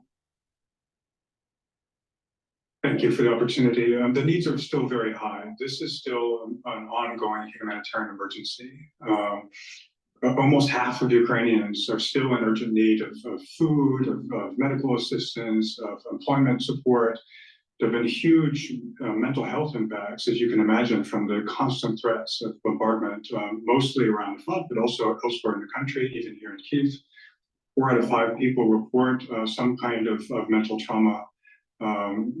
Many people are affected even far from the front lines because of the impact on the economy and the overall sort of displacement that has happened afterwards, including for basic health services. So we still see a very strong level of humanitarian need here in the country. And David, how does this impact your teams who are working on this ongoing conflict as well? I mean, I was reading that you visited the team in Kharkiv recently. Just tell us more about that visit. Sure. Yeah. So we visited the team in their small office. The windows are still boarded up. They told us, in the early days, how frantic it was. Armored cars rolling just in front, bombs falling, shrapnel coming into the windows. Their entire team sleeping on the floor of their operations center night after night.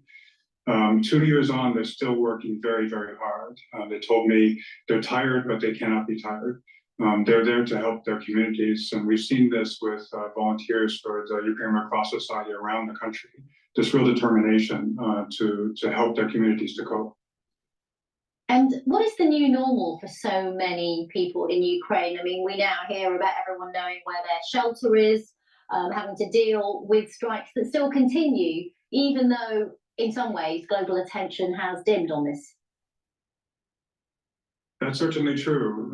People have found ways to cope. Some of them are good and some of them are not so good. With constant air raid sirens, sometimes people run for shelter, sometimes they don't. Many children are still out of school. This is years on because they had the same experience after COVID. There's only a third of children who are back in school. Many people have now run through their savings. This is true both for displaced people, but also people who have fled the country in other parts of Europe. And so even as in many ways the conflict has become slower in its big changes, the individual emergency for many people is getting higher. Where can they get employment? Where can they get sort of essential support? Okay, David Fisher, head of delegation for Ukraine from the IFRC. Thank you. All right, let's take a look at the next video. And Times Radio. Sometimes I like the radio show here. Hi everyone, Mark Barden here at Sandy Hook Promise. Yeah, I'm so sick and tired of Sandy Hook. On December 14th, 2012, Yeah. my 7-year-old son Daniel was shot to death. A very aggressive rush. We are in a very serious position. So supporting Ukraine is not just a nice thing to do with our spare cash. It's actually fundamental to the security of this country. And our politicians need to speak louder about it. The media needs to speak louder about it. We need to get this real and actually focus on it. This is a late 1930s moment. And if we don't react to it, we're doomed not to learn the lessons of history. What do you think when you hear Lord Cameron? How fertile is the ground upon which his words fall? 2 years ago, they might have been very fertile, but as he said himself, there's a sense of fatigue, a sense that maybe a compromise might be attractive. And let's remember, he was there at the UN General Assembly, and Russia has friends there. Yes, you asked the question. Let's go to commercial because this is PNN and I have to do some product placement. Please go to my store, the-studio-reykjavik.com, and get the lozenges that I have. These are structural nano silver lozenges. This one's in Manuka honey. and you get a 21 count in this bag to soothe your throat and to neutralize pathogens. All right. Now we are near the tail end of the cold season, but we're going to be going into spring in the United States, and there's going to be allergens and there's going to be irritation. And the best way to try to neutralize that is to get these lozenges and to use the structural nanosilver liquid. Take a teaspoon of it a day. If you're not feeling well, take a tablespoon or two. But to use these lozenges and drops. So I also have it in blueberry, the structural nanosilver drops. They're in 100 count because they're slightly smaller. And I also have honey and lemon drops in 100 count. Structural nanosilver help to soothe your throat and to neutralize the pathogens. And then I also have a new product on the store, elderberry zinc lozenges, silver lozenges, right? So please go to the store. This is also in a 21 count. Get a couple bags. Make sure you have enough for your house, your household, as we move into the spring season, and you're going to have pollen floating around and may irritate your throat. So please go to the store, the-studio-reykjavik.com, and get the lozenges and the drops that I offer. In addition, I also have structural nanosilver gel. What this does is it'll neutralize pathogens. You put it on your hands, you can put it around your mouth and around your nose, lightly coat your nostrils, around your eyes, around your ears, right? It will stay active for 5 hours to neutralize pathogens. In addition, you can use it as a skincare product. You can put it on a cut. You can put it on acne. You can put it on a minor burn or an abrasion. And there will be what you'll notice is that the cut or the abrasion will heal about 1/3 of the time quicker. Okay, so it's a skincare also, not just neutralizing pathogens. There are people out there that you can put it on your skin, on your body, on your face, around your neck, right before you go to bed. And then when you wake up, then you exfoliate the gel off of your skin, and you do this for, let's say, a week or so, and you'll notice that your skin's tighter, it's clearer, and it's healthier. All right. So you can use this as a skincare product. It's dual purpose. I like providing things to my customers that have dual purpose, high quality dual purpose. And this is a perfect example where there's a dual purpose, skincare plus to neutralize pathogens. So please go to the store and get the structural nanosilver gel. Back to the news, because this is PNN and we have Dante's Inferno, not Detente. Fertile is the ground on which his words might fall. I think it's us to actually make sure that there's plenty of fertilizer on that ground, because what David Cameron is saying is absolutely spot on. If Vladimir Putin conceives that he has won in any shape or form in Ukraine, is extraordinarily dangerous for the security of the rest of the West, and particularly of Europe. David Cameron particularly referenced Moldova and the Baltic states, and of course, he's absolutely right. Moldova, a little independent state, already has Russian soldiers stationed in it. They have no security forces of their own. But the Baltic states are NATO members. And should there be an attack on any of those, that would be an attack on all the rest of us under Article 5 of the North Atlantic Treaty. So David Cameron's words are very wise. They're the words that many of us have been saying for quite some time, that we absolutely need to go on supporting Ukraine to make sure that in no shape or form does Russia win in Ukraine, and that Ukraine is fighting a battle for the security of Europe, and we should absolutely stand foursquare behind them. You may not have seen the front page of tomorrow's Independence, a picture of some soldiers and a very heavy gun firing artillery shells, and the headline, "If Ukraine loses, the West is next." And then they give us a number of figures. At least 10,582 Ukrainian civilians dead, 19,875 injured, an estimated 70,000 Ukrainian soldiers killed in 2 years of fighting. And one wonders just how many Russian soldiers have been killed in President Putin's meat grinder strategy. It's been a very expensive adventure for him. And given the cost, do you really think that if he did manage to keep some part of Ukraine, he'd be tempted to go into a NATO country, given the apocalyptic cost that would visit upon his country and his people? Well, you ask a very good question. I haven't seen tomorrow's Independent. I'm not sure whether you've seen tomorrow's Express, but there is an article in tomorrow's Express in which I and my co-author of the book we published in the autumn makes it very clear that the cost of fighting a war is disastrous, but there is a price on deterrence. And the big question is whether NATO members, and particularly NATO members in Europe, are willing to pay the price for deterrence. Now, NATO has a 2% line of GDP to be spent on defence by its members. Now, that's not a target, that's a minimum amount to be spent. But frankly, it's not enough to spend that amount on our defence to deter an aggressive country under the leadership of Vladimir Putin from our own security. So we've got to get really real. We've got to get grown up about this.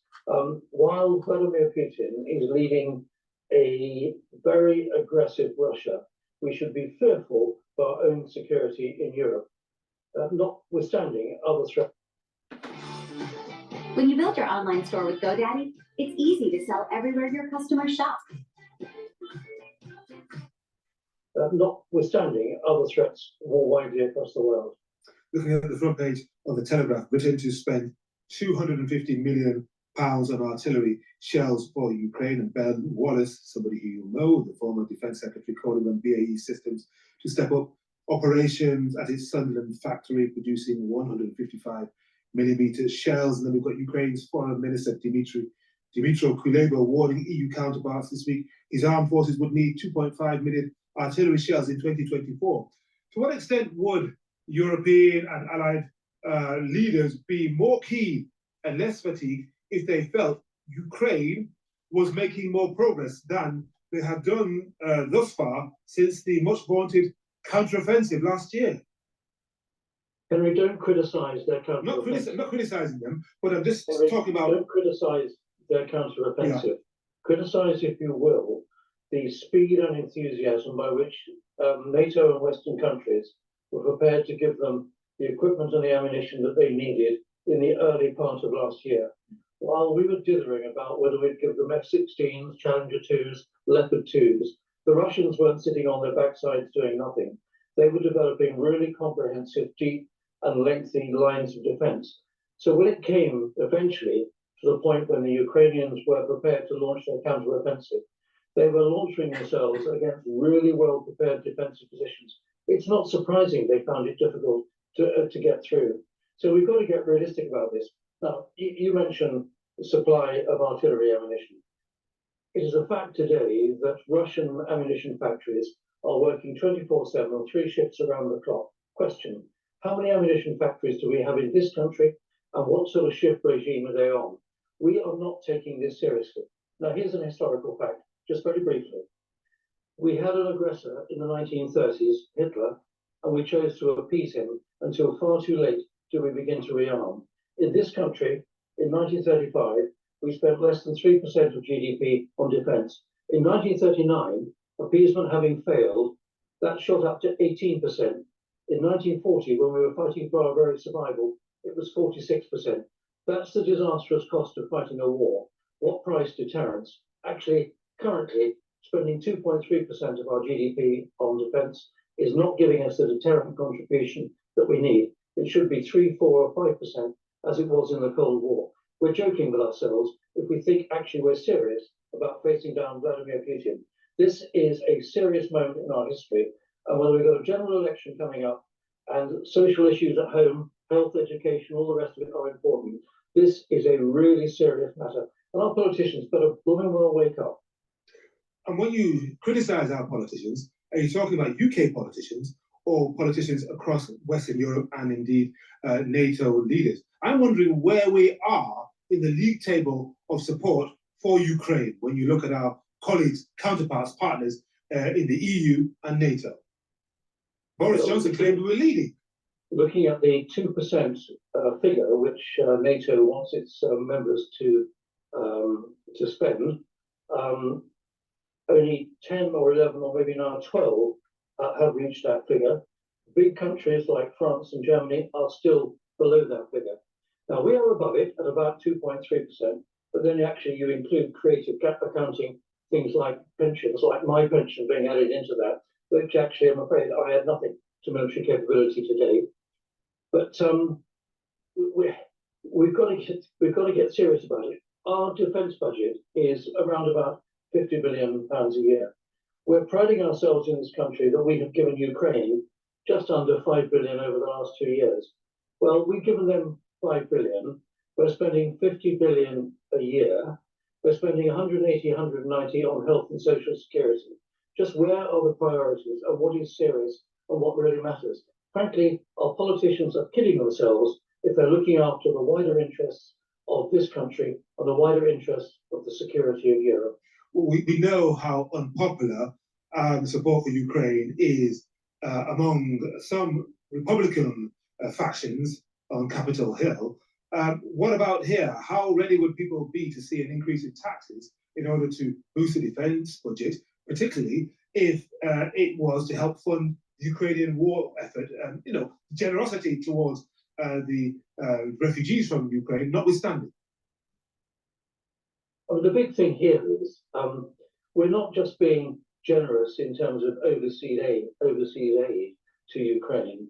What we actually absolutely have to understand, and our politicians and our media, and I say again, and our media, has to get the message across to our people that the security of Western Europe is being fought for by the people of Ukraine at the present moment. And if they fail, we then stand in a very, very perilous position with an aggressive Russia. If Russia was to push through Belarus to Lithuania to the Kaliningrad pocket, that's actually an attack on the rest of NATO. That's violated Article 5 of the North Atlantic Treaty. We are in a very serious position. So supporting Ukraine is not just a nice thing to do with our spare cash. It's actually fundamental to the security of this country.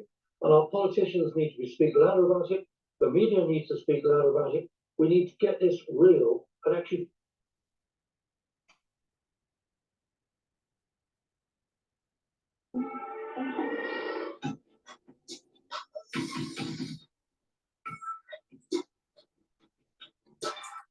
We need to get this real and actually focus on it. This is a late 1930s moment. And if we don't react to it, we're doomed not to learn the lessons of history. And Lord Dante, can we pivot from what's happening in Ukraine to what's happening in Gaza and, of course, Israel? Because it's not just Ukraine that says it's on the front line defending Western values. Israel says the same thing about its battle with Hamas in Gaza.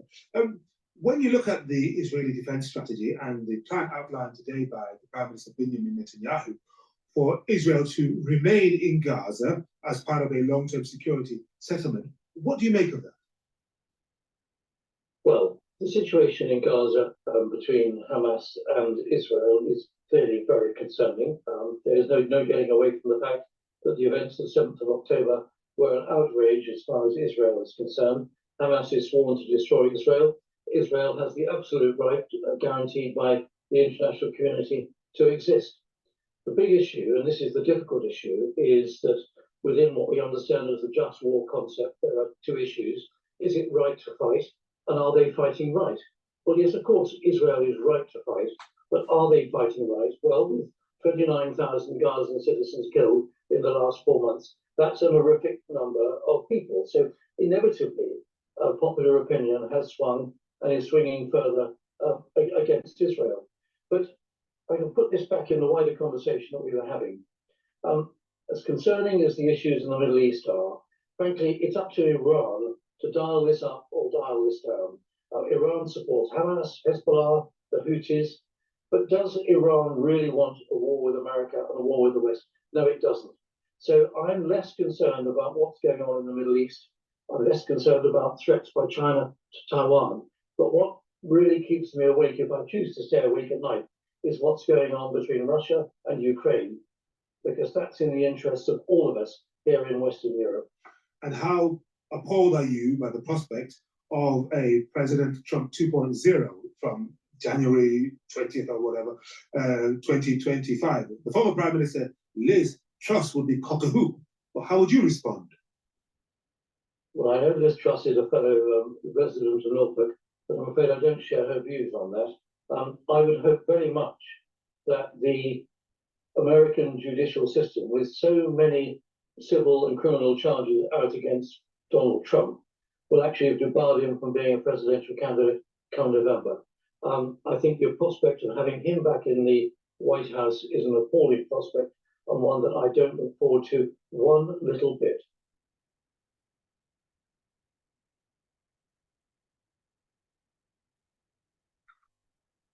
All right, so we got that one. Let's do one more here.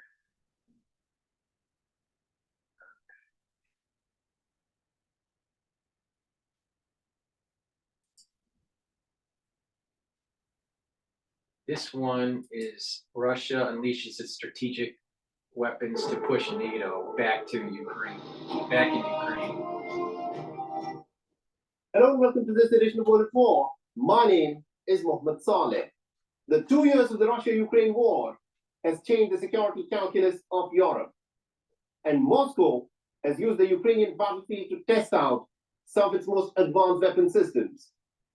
First announced by Vladimir Putin in March 2018, Russia's strategic weapons, some of which that have been used on the battlefield, have been in a direct head-to-head contest with the best weapons that NATO has managed to field against the Russian war machine. In the last 2 years, the fortunes on the battlefield have swung on more than one occasion.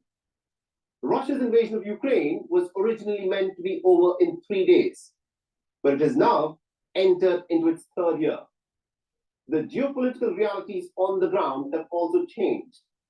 Ukraine is increasingly fighting without Western military assistance. There are loud promises that the NATO military alliance would not let Ukraine sink. And the other reason why military assistance from the United States is stopped is due to internal politics in the United States. More than any other reason, wars on the battlefield are decided on the basis of technological superiority. And it is here that Russia appears to have gained the upper hand. Our next report gets to the details.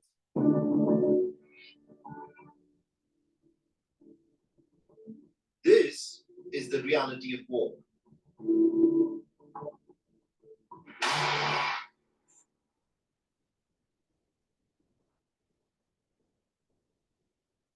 For leaders who sit in air-conditioned rooms and make loud statements, this is the desperate struggle of the battlefield.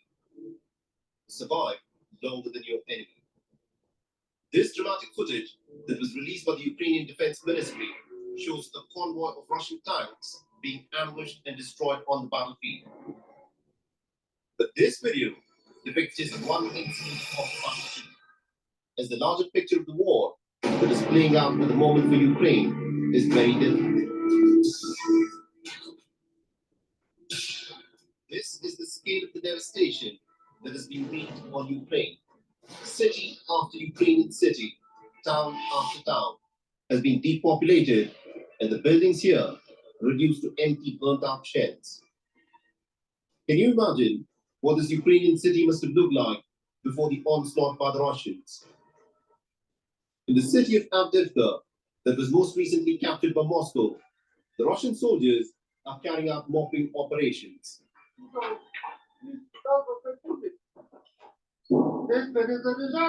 The NATO weapons left behind by the fleeing Ukrainian soldiers are being gathered up.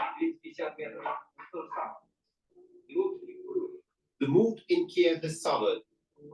The heroic resistance against the Russian onslaught is now giving way to a bitter sense of betrayal. The Ukrainian forces are outgunned and outnumbered. Vyacheslav, a Ukrainian artillery commander stationed at Chasiv Yar in the Donetsk region, will give you a sense of what is happening on the battlefield. We lack ammunition. There is very little of it. Too few is given to us. We often look at the video feeds of our drone pilots. They show us pictures from the front line. a lot of Russians try to attack our positions. If we had more ammunition, we could have stopped them. Since we lack ammunition, we have nothing to work with. We see the target, we can hit it, but we have nothing to do with it. For the Ukrainians, everything hinges on American military assistance, and it is precisely this which doesn't appear to be forthcoming. Look, The European Union should help Ukraine if they think it is such a dire crisis. Why does the American public have to constantly fund this crap?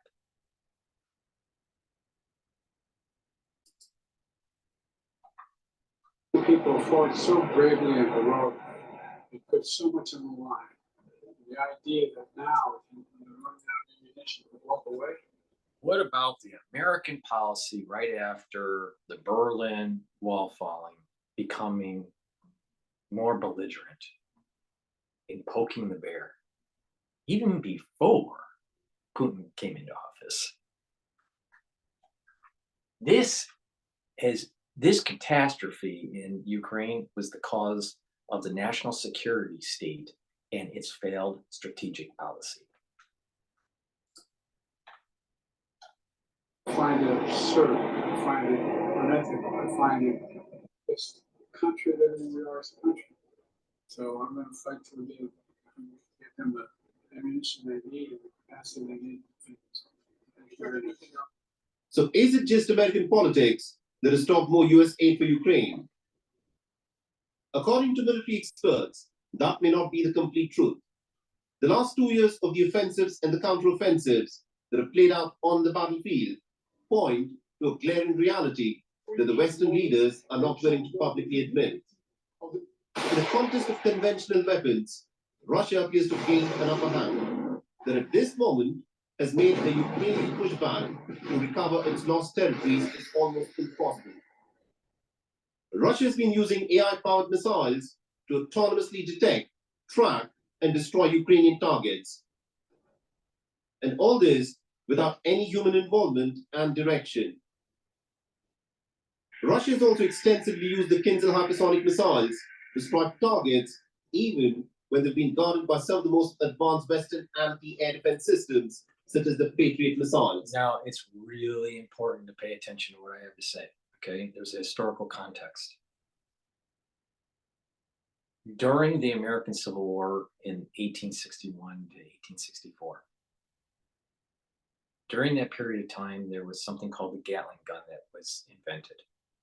It was barely used in the battlefield, but it was kind of like the early days of the machine gun, okay? So it would shoot rapidly, right? By just twisting a barrel that had a bunch of rifle barrels connected to it. I think there were 12. Could have been, maybe some of them were 6, but and you would turn it and it would shoot bullets out of these barrels.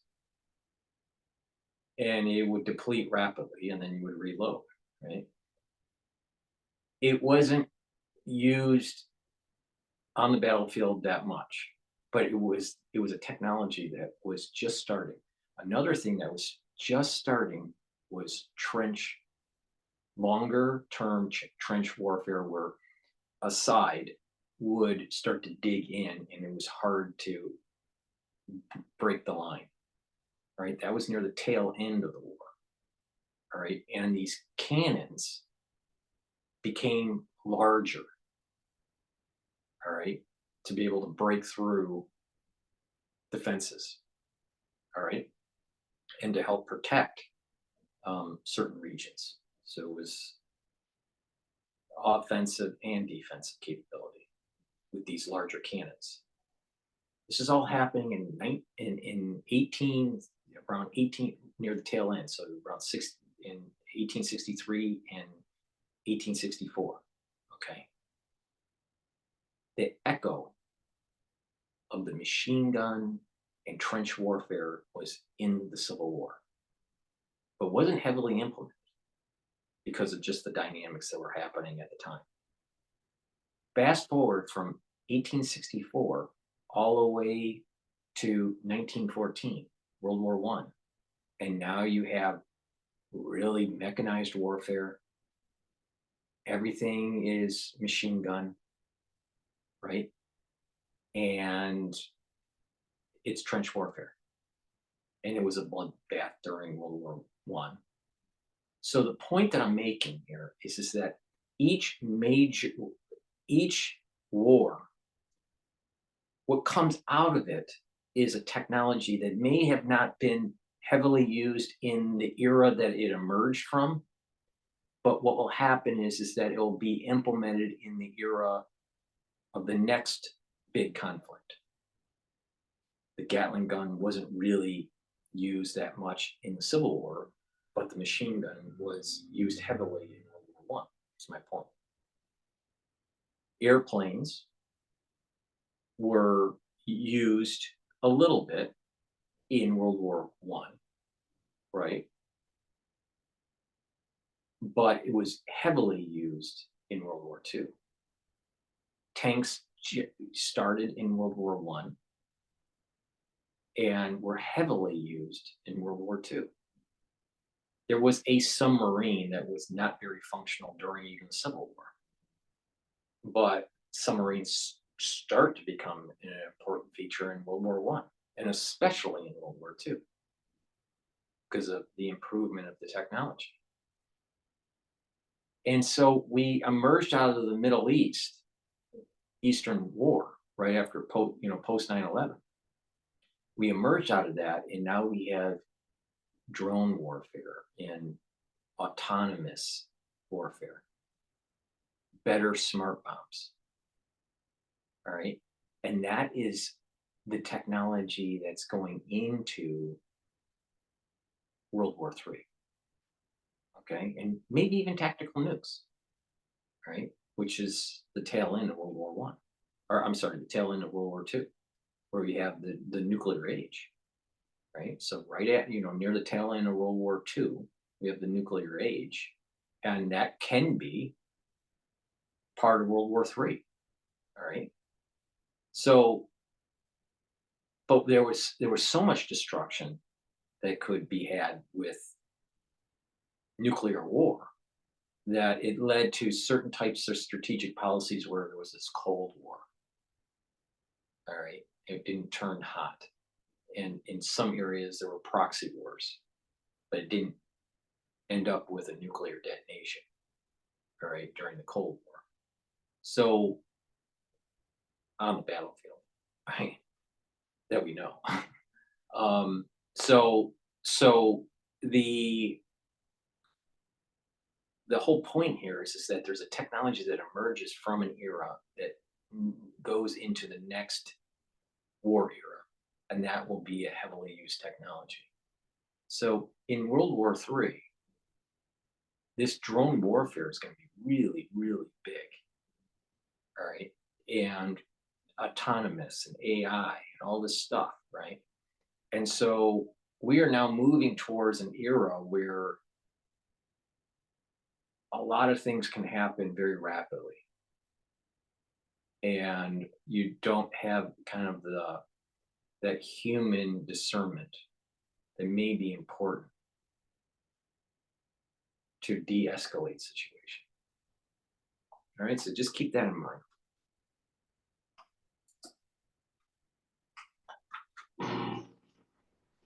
In September 2023, Russia deployed its most advanced nuclear missile, the Satan II for combat, with Putin saying that this missile would make all Russian adversaries think twice before staging any attack on Russia. On the 13th of February this year, Russia used its Zircon hypersonic missile for a strike on Kiev. On the 7th of October in 2023, Russia tested another of its strategic weapons called the WWIII, a weapon that the West calls Skyfall. This is a type of a missile that the West simply does not have. This is not just a cruise missile that can carry a nuclear warhead, but instead is a cruise missile that uses atomic energy for its propulsion and that can also deliver a nuclear payload. This video released by the Russian Defense Ministry from the testing site of the new weapon system will give you a glimpse of what this new missile is capable of. Another strategic weapon that Russia is currently developing is a nuclear-powered, nuclear-armed underwater vehicle that can trigger nuclear tsunamis which can devastate entire coastlines. Called the Poseidon, the West is nothing that is remotely analogous to this. So while the West, on the second anniversary of the Ukraine war, is scrambling to put together enough resources to back Ukraine, Vladimir Putin was busy showing off. Now, do you understand why I said that the national security state is dangerous? Now, do you see it? And the reason why we need to kill it?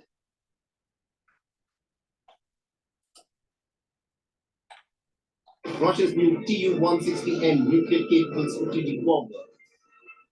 The giant swing plane that has been codenamed the Blackjacks by NATO is a modernized version of the Cold War-era nuclear bomber of the Soviet Union. If you want peace, then prepare for war is a military maxim that was put forth by the 4th century Roman military expert Flavius Vegetius Renatus. And Russia under Putin appears to be busy building its next generation of weapons, while the West has little clarity on its strategy on how to proceed in the Ukraine war.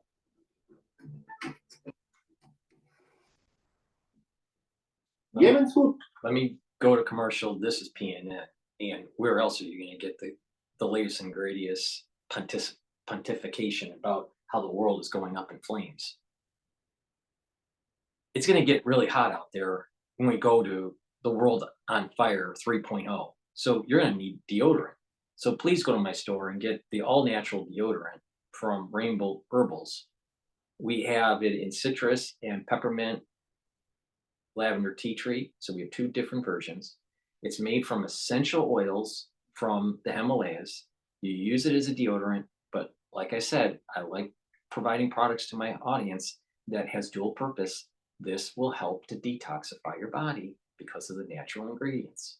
So please go to the store and get the deodorant bars. Get a couple deodorant bars. I have it in citrus, and the other version is peppermint lavender tea tree. It's for males and females, and it will help to detoxify your body. Use it every day. It has no aluminum in it, all right, and it's sodium free. Baking soda, let me rephrase that. Sodium free and baking soda free.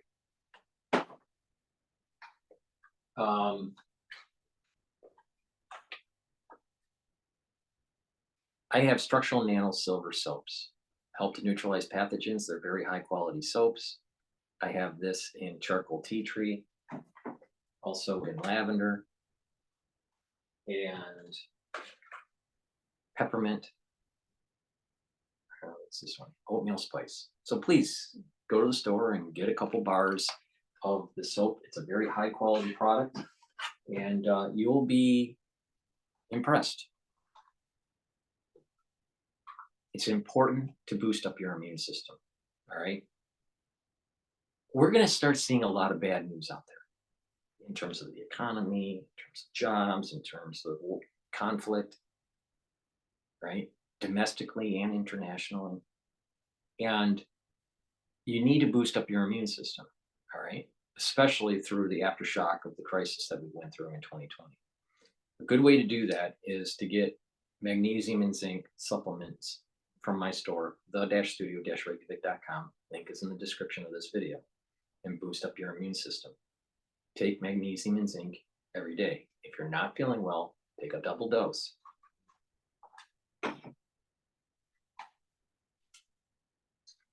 Let's go back to how the world is going up in flames. Announced on the 22nd of February that they are banning vessels linked to Israel, the United States, and the United Kingdom from the Red Sea, the Gulf of Aden, and the Arabian Sea. To this effect, formal notices of the ban were sent by Houthi Humanitarian Operations Coordination Center to shipping insurers and firms operating in the region. In addition to this, they also pledged to use submarine drones against US ships, continuing and further escalating their attacks amidst the Israel-Gaza war.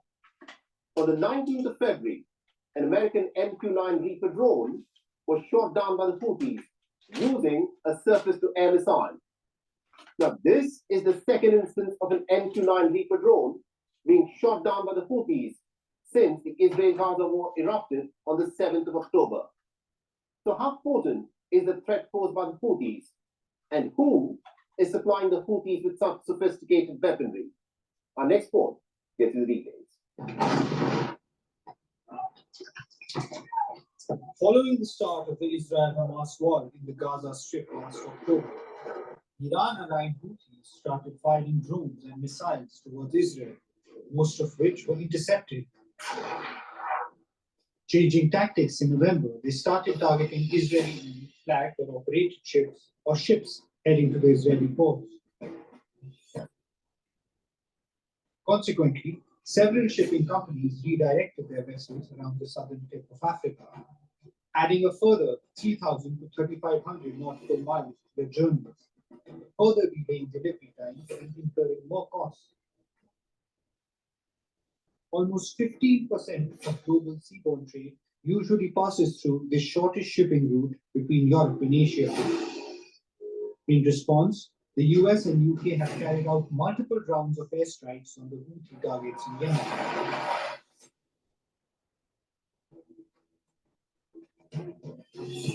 The United States, on the 17th of January, redesignated the Houthis a terrorist group.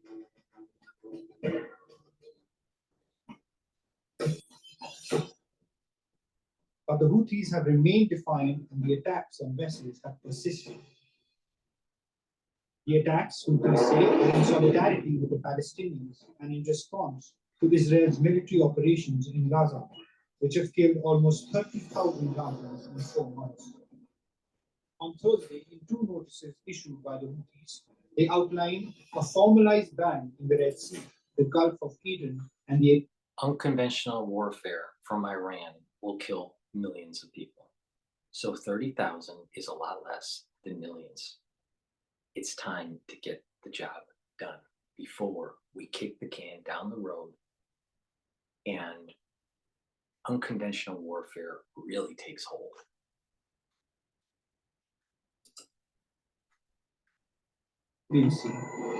The ban affects vessels wholly or partially owned by Israeli, American, and British individuals or entities, as well as those sailing under their flags.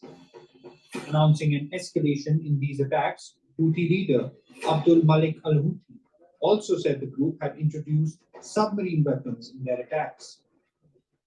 We will continue with our operations and move towards an escalation. The operations aimed at supporting Gaza and standing in solidarity with the oppressed Palestinian people, as well as targeting Israeli targets in the occupied territories, have reached a total of 138 rockets. The supporting track for Gaza and operations in the Red Sea, Arabian Sea, Gulf of Aden, and the Bab el-Mandeb Strait are also ongoing. In these operations, we are also heading towards an escalation in both intensity and type. This involves activating missiles, drones, and military boats, and the introduction of submarines, which is concerning for the enemy. The targeted ships in the Red Sea and the Arabian Sea have reached 48 vessels. 48 ships have been targeted, which is a very significant number. The same day, the US military's Central Command, or CENTCOM, said it conducted 4 self-defense raids against the Houthis, destroying 7 anti-ship cruise missiles, a mobile ballistic missile launcher, and an unmanned underwater drone. Israel's military also intercepted a target in the area of Red Sea after sirens blared, warning of incoming rockets and missiles in the southern tourist town of Eilat. Americans have accused Iran's Islamic Revolutionary Guard Corps of providing the Houthis with a growing arsenal of sophisticated weapons and training. US President Joe Biden has acknowledged that the American and British bombardment has so far failed in its objective of stopping attacks by the Houthis. With the announcement of the ban, the Houthis have underscored their defiance. The question now is, can America, when push comes to shove, defeat the Houthis, and will this fallout with the Israel-Hamas war end up destabilizing the Middle East?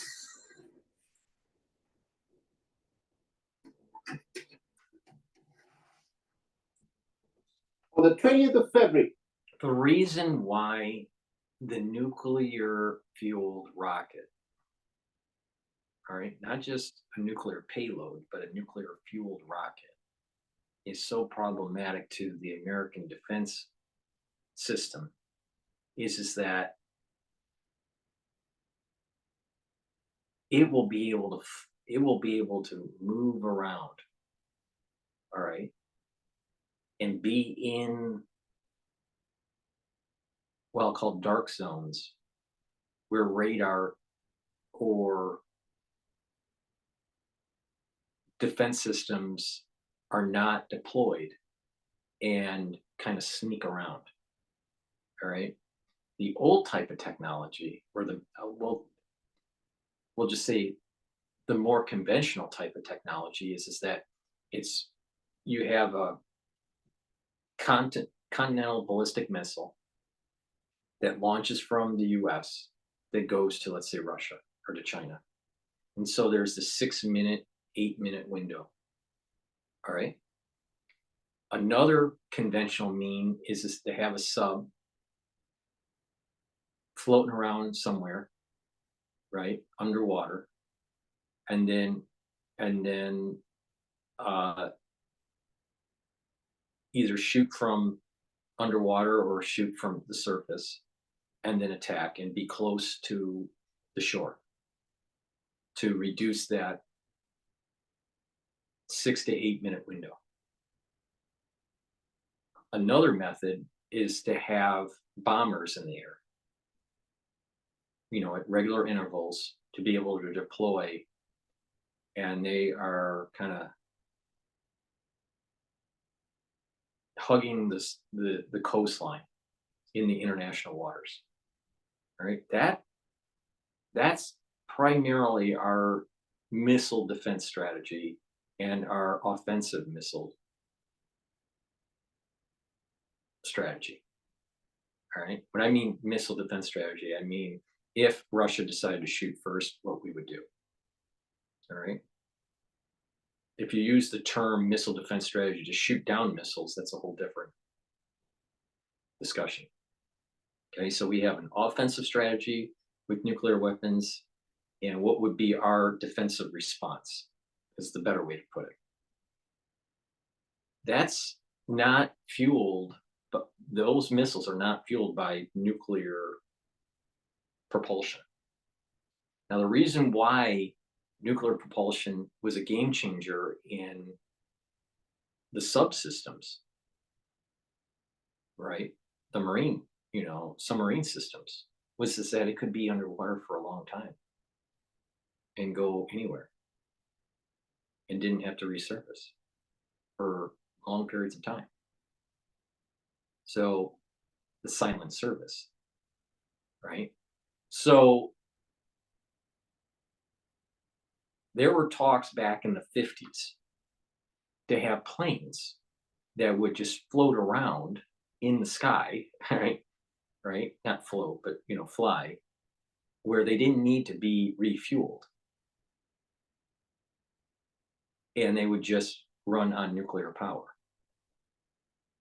At that time, there were technological difficulties in terms of the durability of these planes, but also the concern that what happens if something goes wrong and a nuclear detonation takes place accidentally, some crash or it blows up in the sky. So they decided not to do that. But defense contractors and the Pentagon were thinking about doing things like this in the 1950s with planes. Okay. Now, with a nuclear propulsion system, which we do, you do in outer space. But to go to moons and planets and to launch satellites and stuff way out there in the distance. So we do have the technology to do this. But this capability for Russia will allow for a missile to just have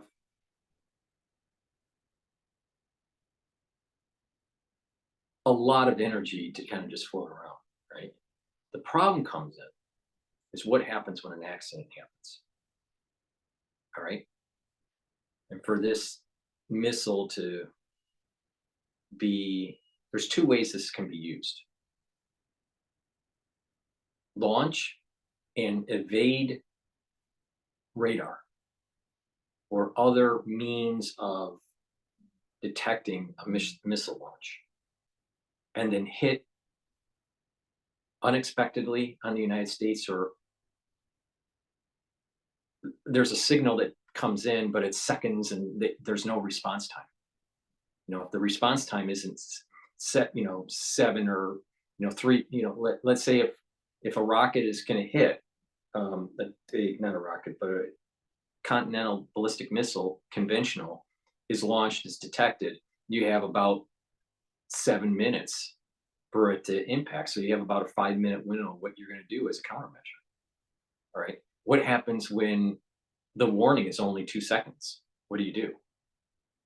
That's what Russia just put on the table here. And they can launch it, and it will evade the defense systems that we have, right? And then because of the supersonic, it could hit the United States in a very short amount of time, and it doesn't have to be a direct, typical trajectory for a intercontinental ballistic missile, right? And you don't need your subs right at the coastline to your enemy to launch these nuclear weapons.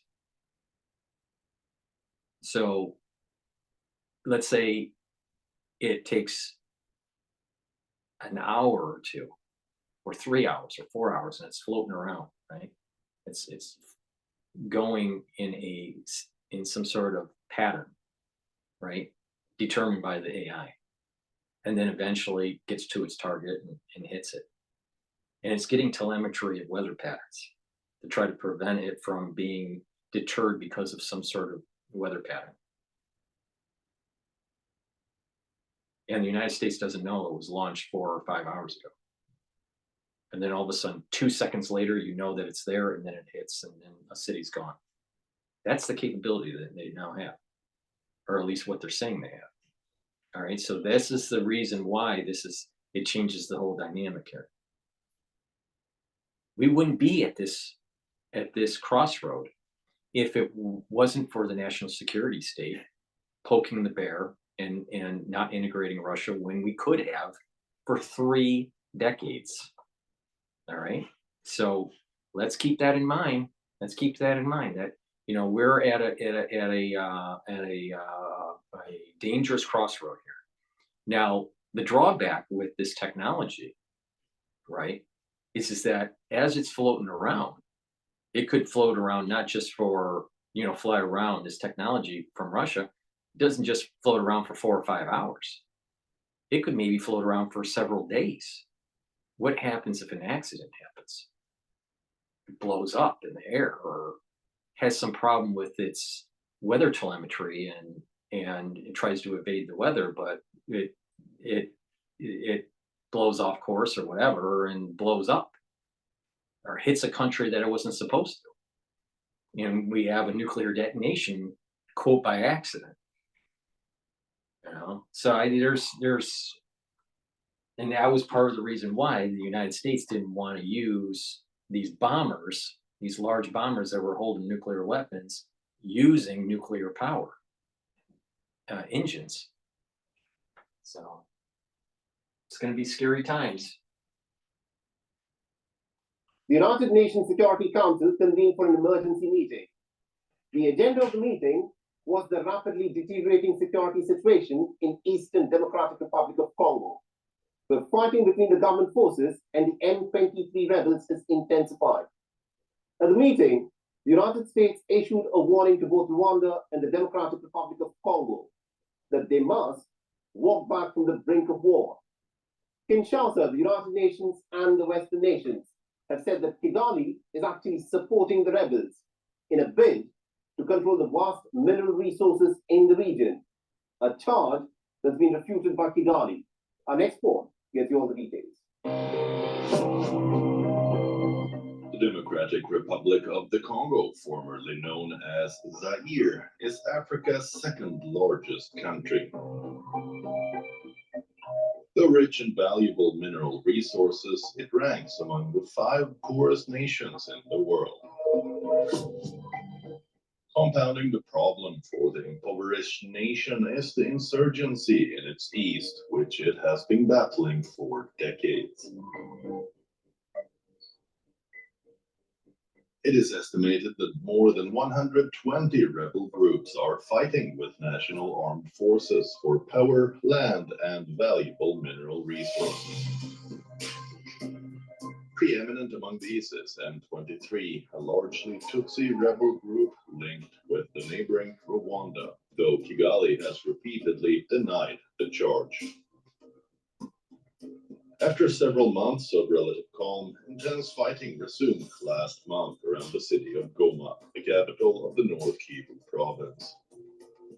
At least 35 people have been killed and hundreds wounded in these clashes. Desperate civilians on foot, on motorbikes, or in cars moved from the towns and villages around Goma to take refuge in the city. Thousands of civilians have been caught in the crossfire and are in urgent need of humanitarian assistance. On Tuesday, UN humanitarian agencies issued an appeal for financial aid to address the grave food insecurity situation. So in terms of financing, as I said, we are asking for 2.6 billion, and this is to provide what we call multi-sectoral assistance to 8.7 million people. The first ticket item on the list is food security because of that mega food insecurity situation in the conflict zone of the DRC. So 1.2 billion out of the 2.6 is going to food security. More than 1 million people are now in and around Goma after fleeing the fighting. The Congolese president, Felix Tshisekedi, who was re-elected in December, has struggled to bring an end to the cycle of violence despite his promises. Strongly condemning the escalating violence, the United States asked the M23 backers in Rwanda to remove sophisticated surface-to-air missiles that are threatening lives in the Congo's east. And in a stern warning, the United States urged both parties to explore the path of regional diplomatic efforts for lasting peace. Rwanda and the DRC must walk back from the brink of war. Parties to the conflict and regional actors should immediately resume the Nairobi and Rwanda processes. These regional diplomatic efforts, not military conflict, are the only path toward a negotiated solution and sustainable peace. Will Rwanda pay heed to these warnings and end all support for M23 rebels and pull its troops from Democratic Republic of Congo? Well, millions of lives are at stake and dependent on Rwanda's next move.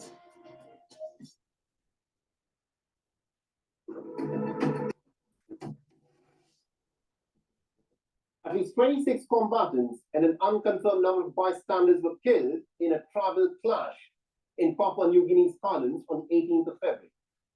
Some police and cabinet officials put the death toll anywhere from 49 to 64, taking into account the fact that bodies are still being recovered. The military has in fact deployed as many as about 100 troops to the area, but they remain woefully outnumbered, outgunned, and ineffective. The incident in early hours of Sunday put an escalating internal security problem under the lens in the South Pacific island nation.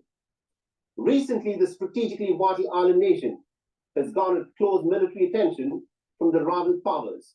than the United States and China. Our next port gets more details. Papua New Guinea is a diverse, developing, mostly rural nation of subsistence farmers. An Australian colony prior to gaining independence in 1975, the country is rich in resources including gold, nickel, and natural gas. As many as 839 languages are known to exist here, making it one of the most linguistically diverse nations in the world. Strategically significant, it is the most populous nation in South Pacific after Australia, with about 10 million people.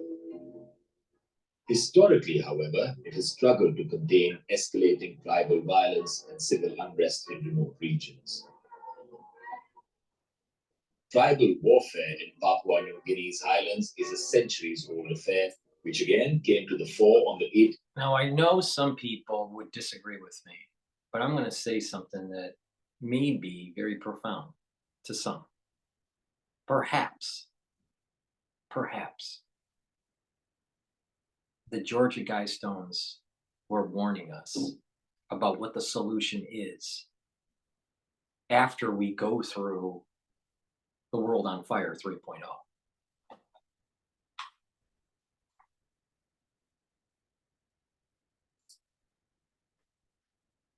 February, with dozens of bloody bodies found along a remote stretch of road in the Inga province.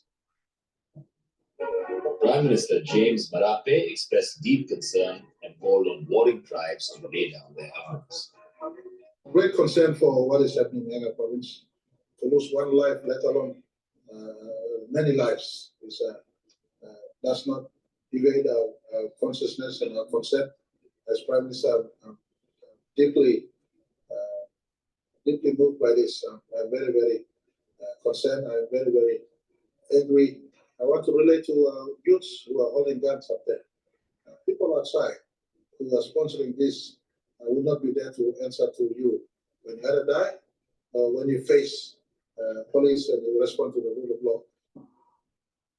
Reportedly, a tribe, their allies, and mercenaries were on their way to attack a neighboring tribe when they were ambushed early Sunday morning. The incident occurred near the village of Wape Namada, which is about 600 kilometers northwest of the capital, Port Moresby. Police said the gunman had used a veritable armory, including SLR, AK-47, M4, AR-15, and M16 rifles, as well as pump-action shotguns and homemade firearms. Of late, automatic weapons and an influx of mercenaries have made these clashes between clans a far more deadly affair. How prepared are the police and security officials in Papua New Guinea to tackle these challenges? Government don't take joy in losses. Every moment, life is being lost, lawlessness happening in the country, it causes grief to government, as we said. There'll be a time when police capacity is stepped up. At the moment, we have 500 personnel trained as we speak. We've already signaled to Pomona training, not to be seasonal training, but training will go on every time. Every time, and when police discipline requires that some go out, the officers come in. Last month as well, on the 10th of January, the island nation had descended into lawlessness. So you're seeing all the crazy stuff that's going on in Africa and Indonesia and all this. I want to dovetail this with a post that I saw and retweeted, right? And it's this woman. This is happening at a restaurant. I'm not sure which restaurant, okay? And I'll show it. It's a Black female with her child, and she's yelling at some people at the restaurant at the counter, okay? Now, this is happening in America on a regular basis, all right? And these are the same types of people that are pushing for reparations and saying that there is, some sort of systemic racism that's going on. But what's really happening is that it's thievery that's taking place, and that they're trying to get other people to become apologetic so they can get a handout. All right, through reparations. But this is what is happening in America, especially in the inner city of America, and why it's becoming unsafe. And that we need to start calling this out and move a society with proper behavior, with proper dress, with proper salutation, and to have etiquette. If you don't, this is what happens. You didn't even tell me I was doing anything. That's a rectify the situation. Fuck you, bitch. They got my face. Somebody give me the number. Who your general man? Bitch, like I said, every time I come in here, you fucking yelling at somebody. Every day. On my lunch break. Beat me, bitch. You can say that shit walking away.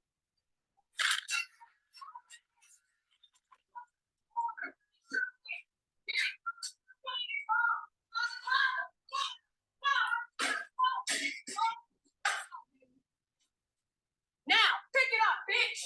Pick it all up. Pick it the fuck up, bitch. I ain't destroyed shit. I'm naked and messy in this motherfucker. Call the fucking police. Call them. Call them. Call them, ho. Call them. Call them. I hear it.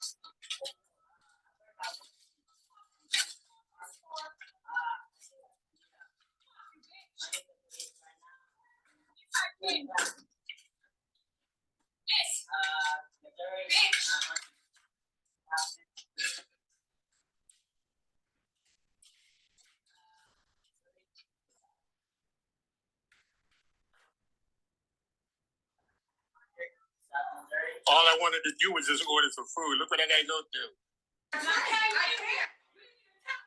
This is classic of what's happening to America. All right. And to think that these individuals are well-behaved individuals that should be given a chance with reparations. No, I don't think so. I don't think so. I don't think so.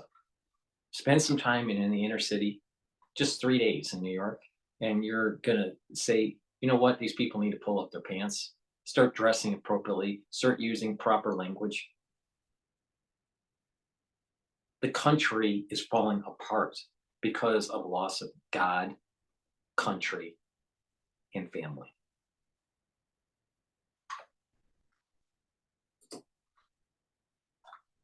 With a festering pay dispute.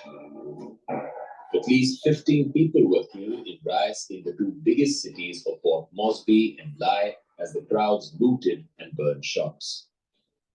The scale of destruction was unprecedented in the past 50 years, with local newspapers dubbing it as the city's darkest day. Two major incidents in 2 successive months have highlighted the nation's huge internal security issues.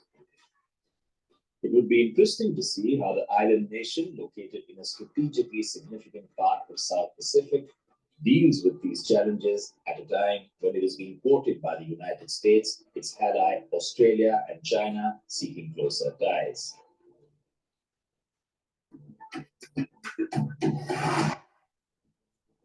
And with that, it's a wrap on this edition of World at War. If you want to reach out to me with any comments, feedback, or suggestions. So that's my coverage for the news and how the world is on flames.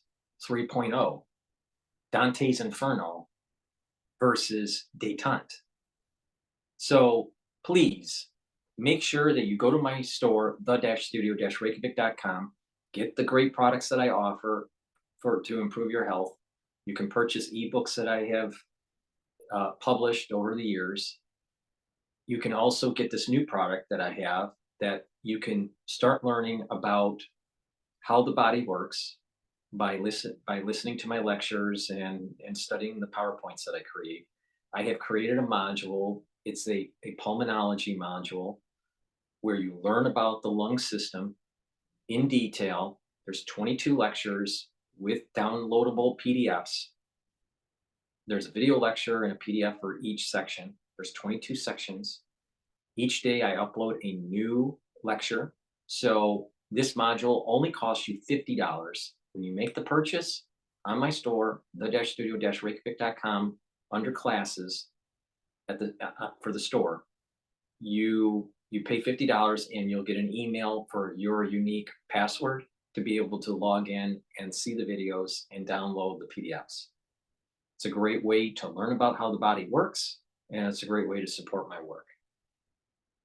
In addition, if you would like to support through donations, you can donate through Stripe, PayPal, or Buy Me a Coffee. The links are on my homepage at the very bottom of the-studio-reykjavik.com. Link is in the description of this video. The international audience, they want to help support. You can support many different ways, through donations and through purchasing the ebooks or purchasing the medical modules that I'm publishing. In addition, you can also join my Patreon channel for membership, and there's different tiers, and the different tier groups do get some access to the pulmonary module, depending on which tier that you sign up for. If you're just tier 1, you get the videos like this, and you won't have access to the pulmonary module. But if you get the tier 2, tier 3, and tier 4, you'll have different accesses to the pulmonary module videos. With that said, thank you for listening. Thank you for supporting my work. Make sure you subscribe to all 6 of my channels, 3 channels on YouTube, Brighteon, Bitchute, and Rumble. I am heavily censored on YouTube, so it's very important to subscribe to all 6 channels. Thank you for listening and have a nice day.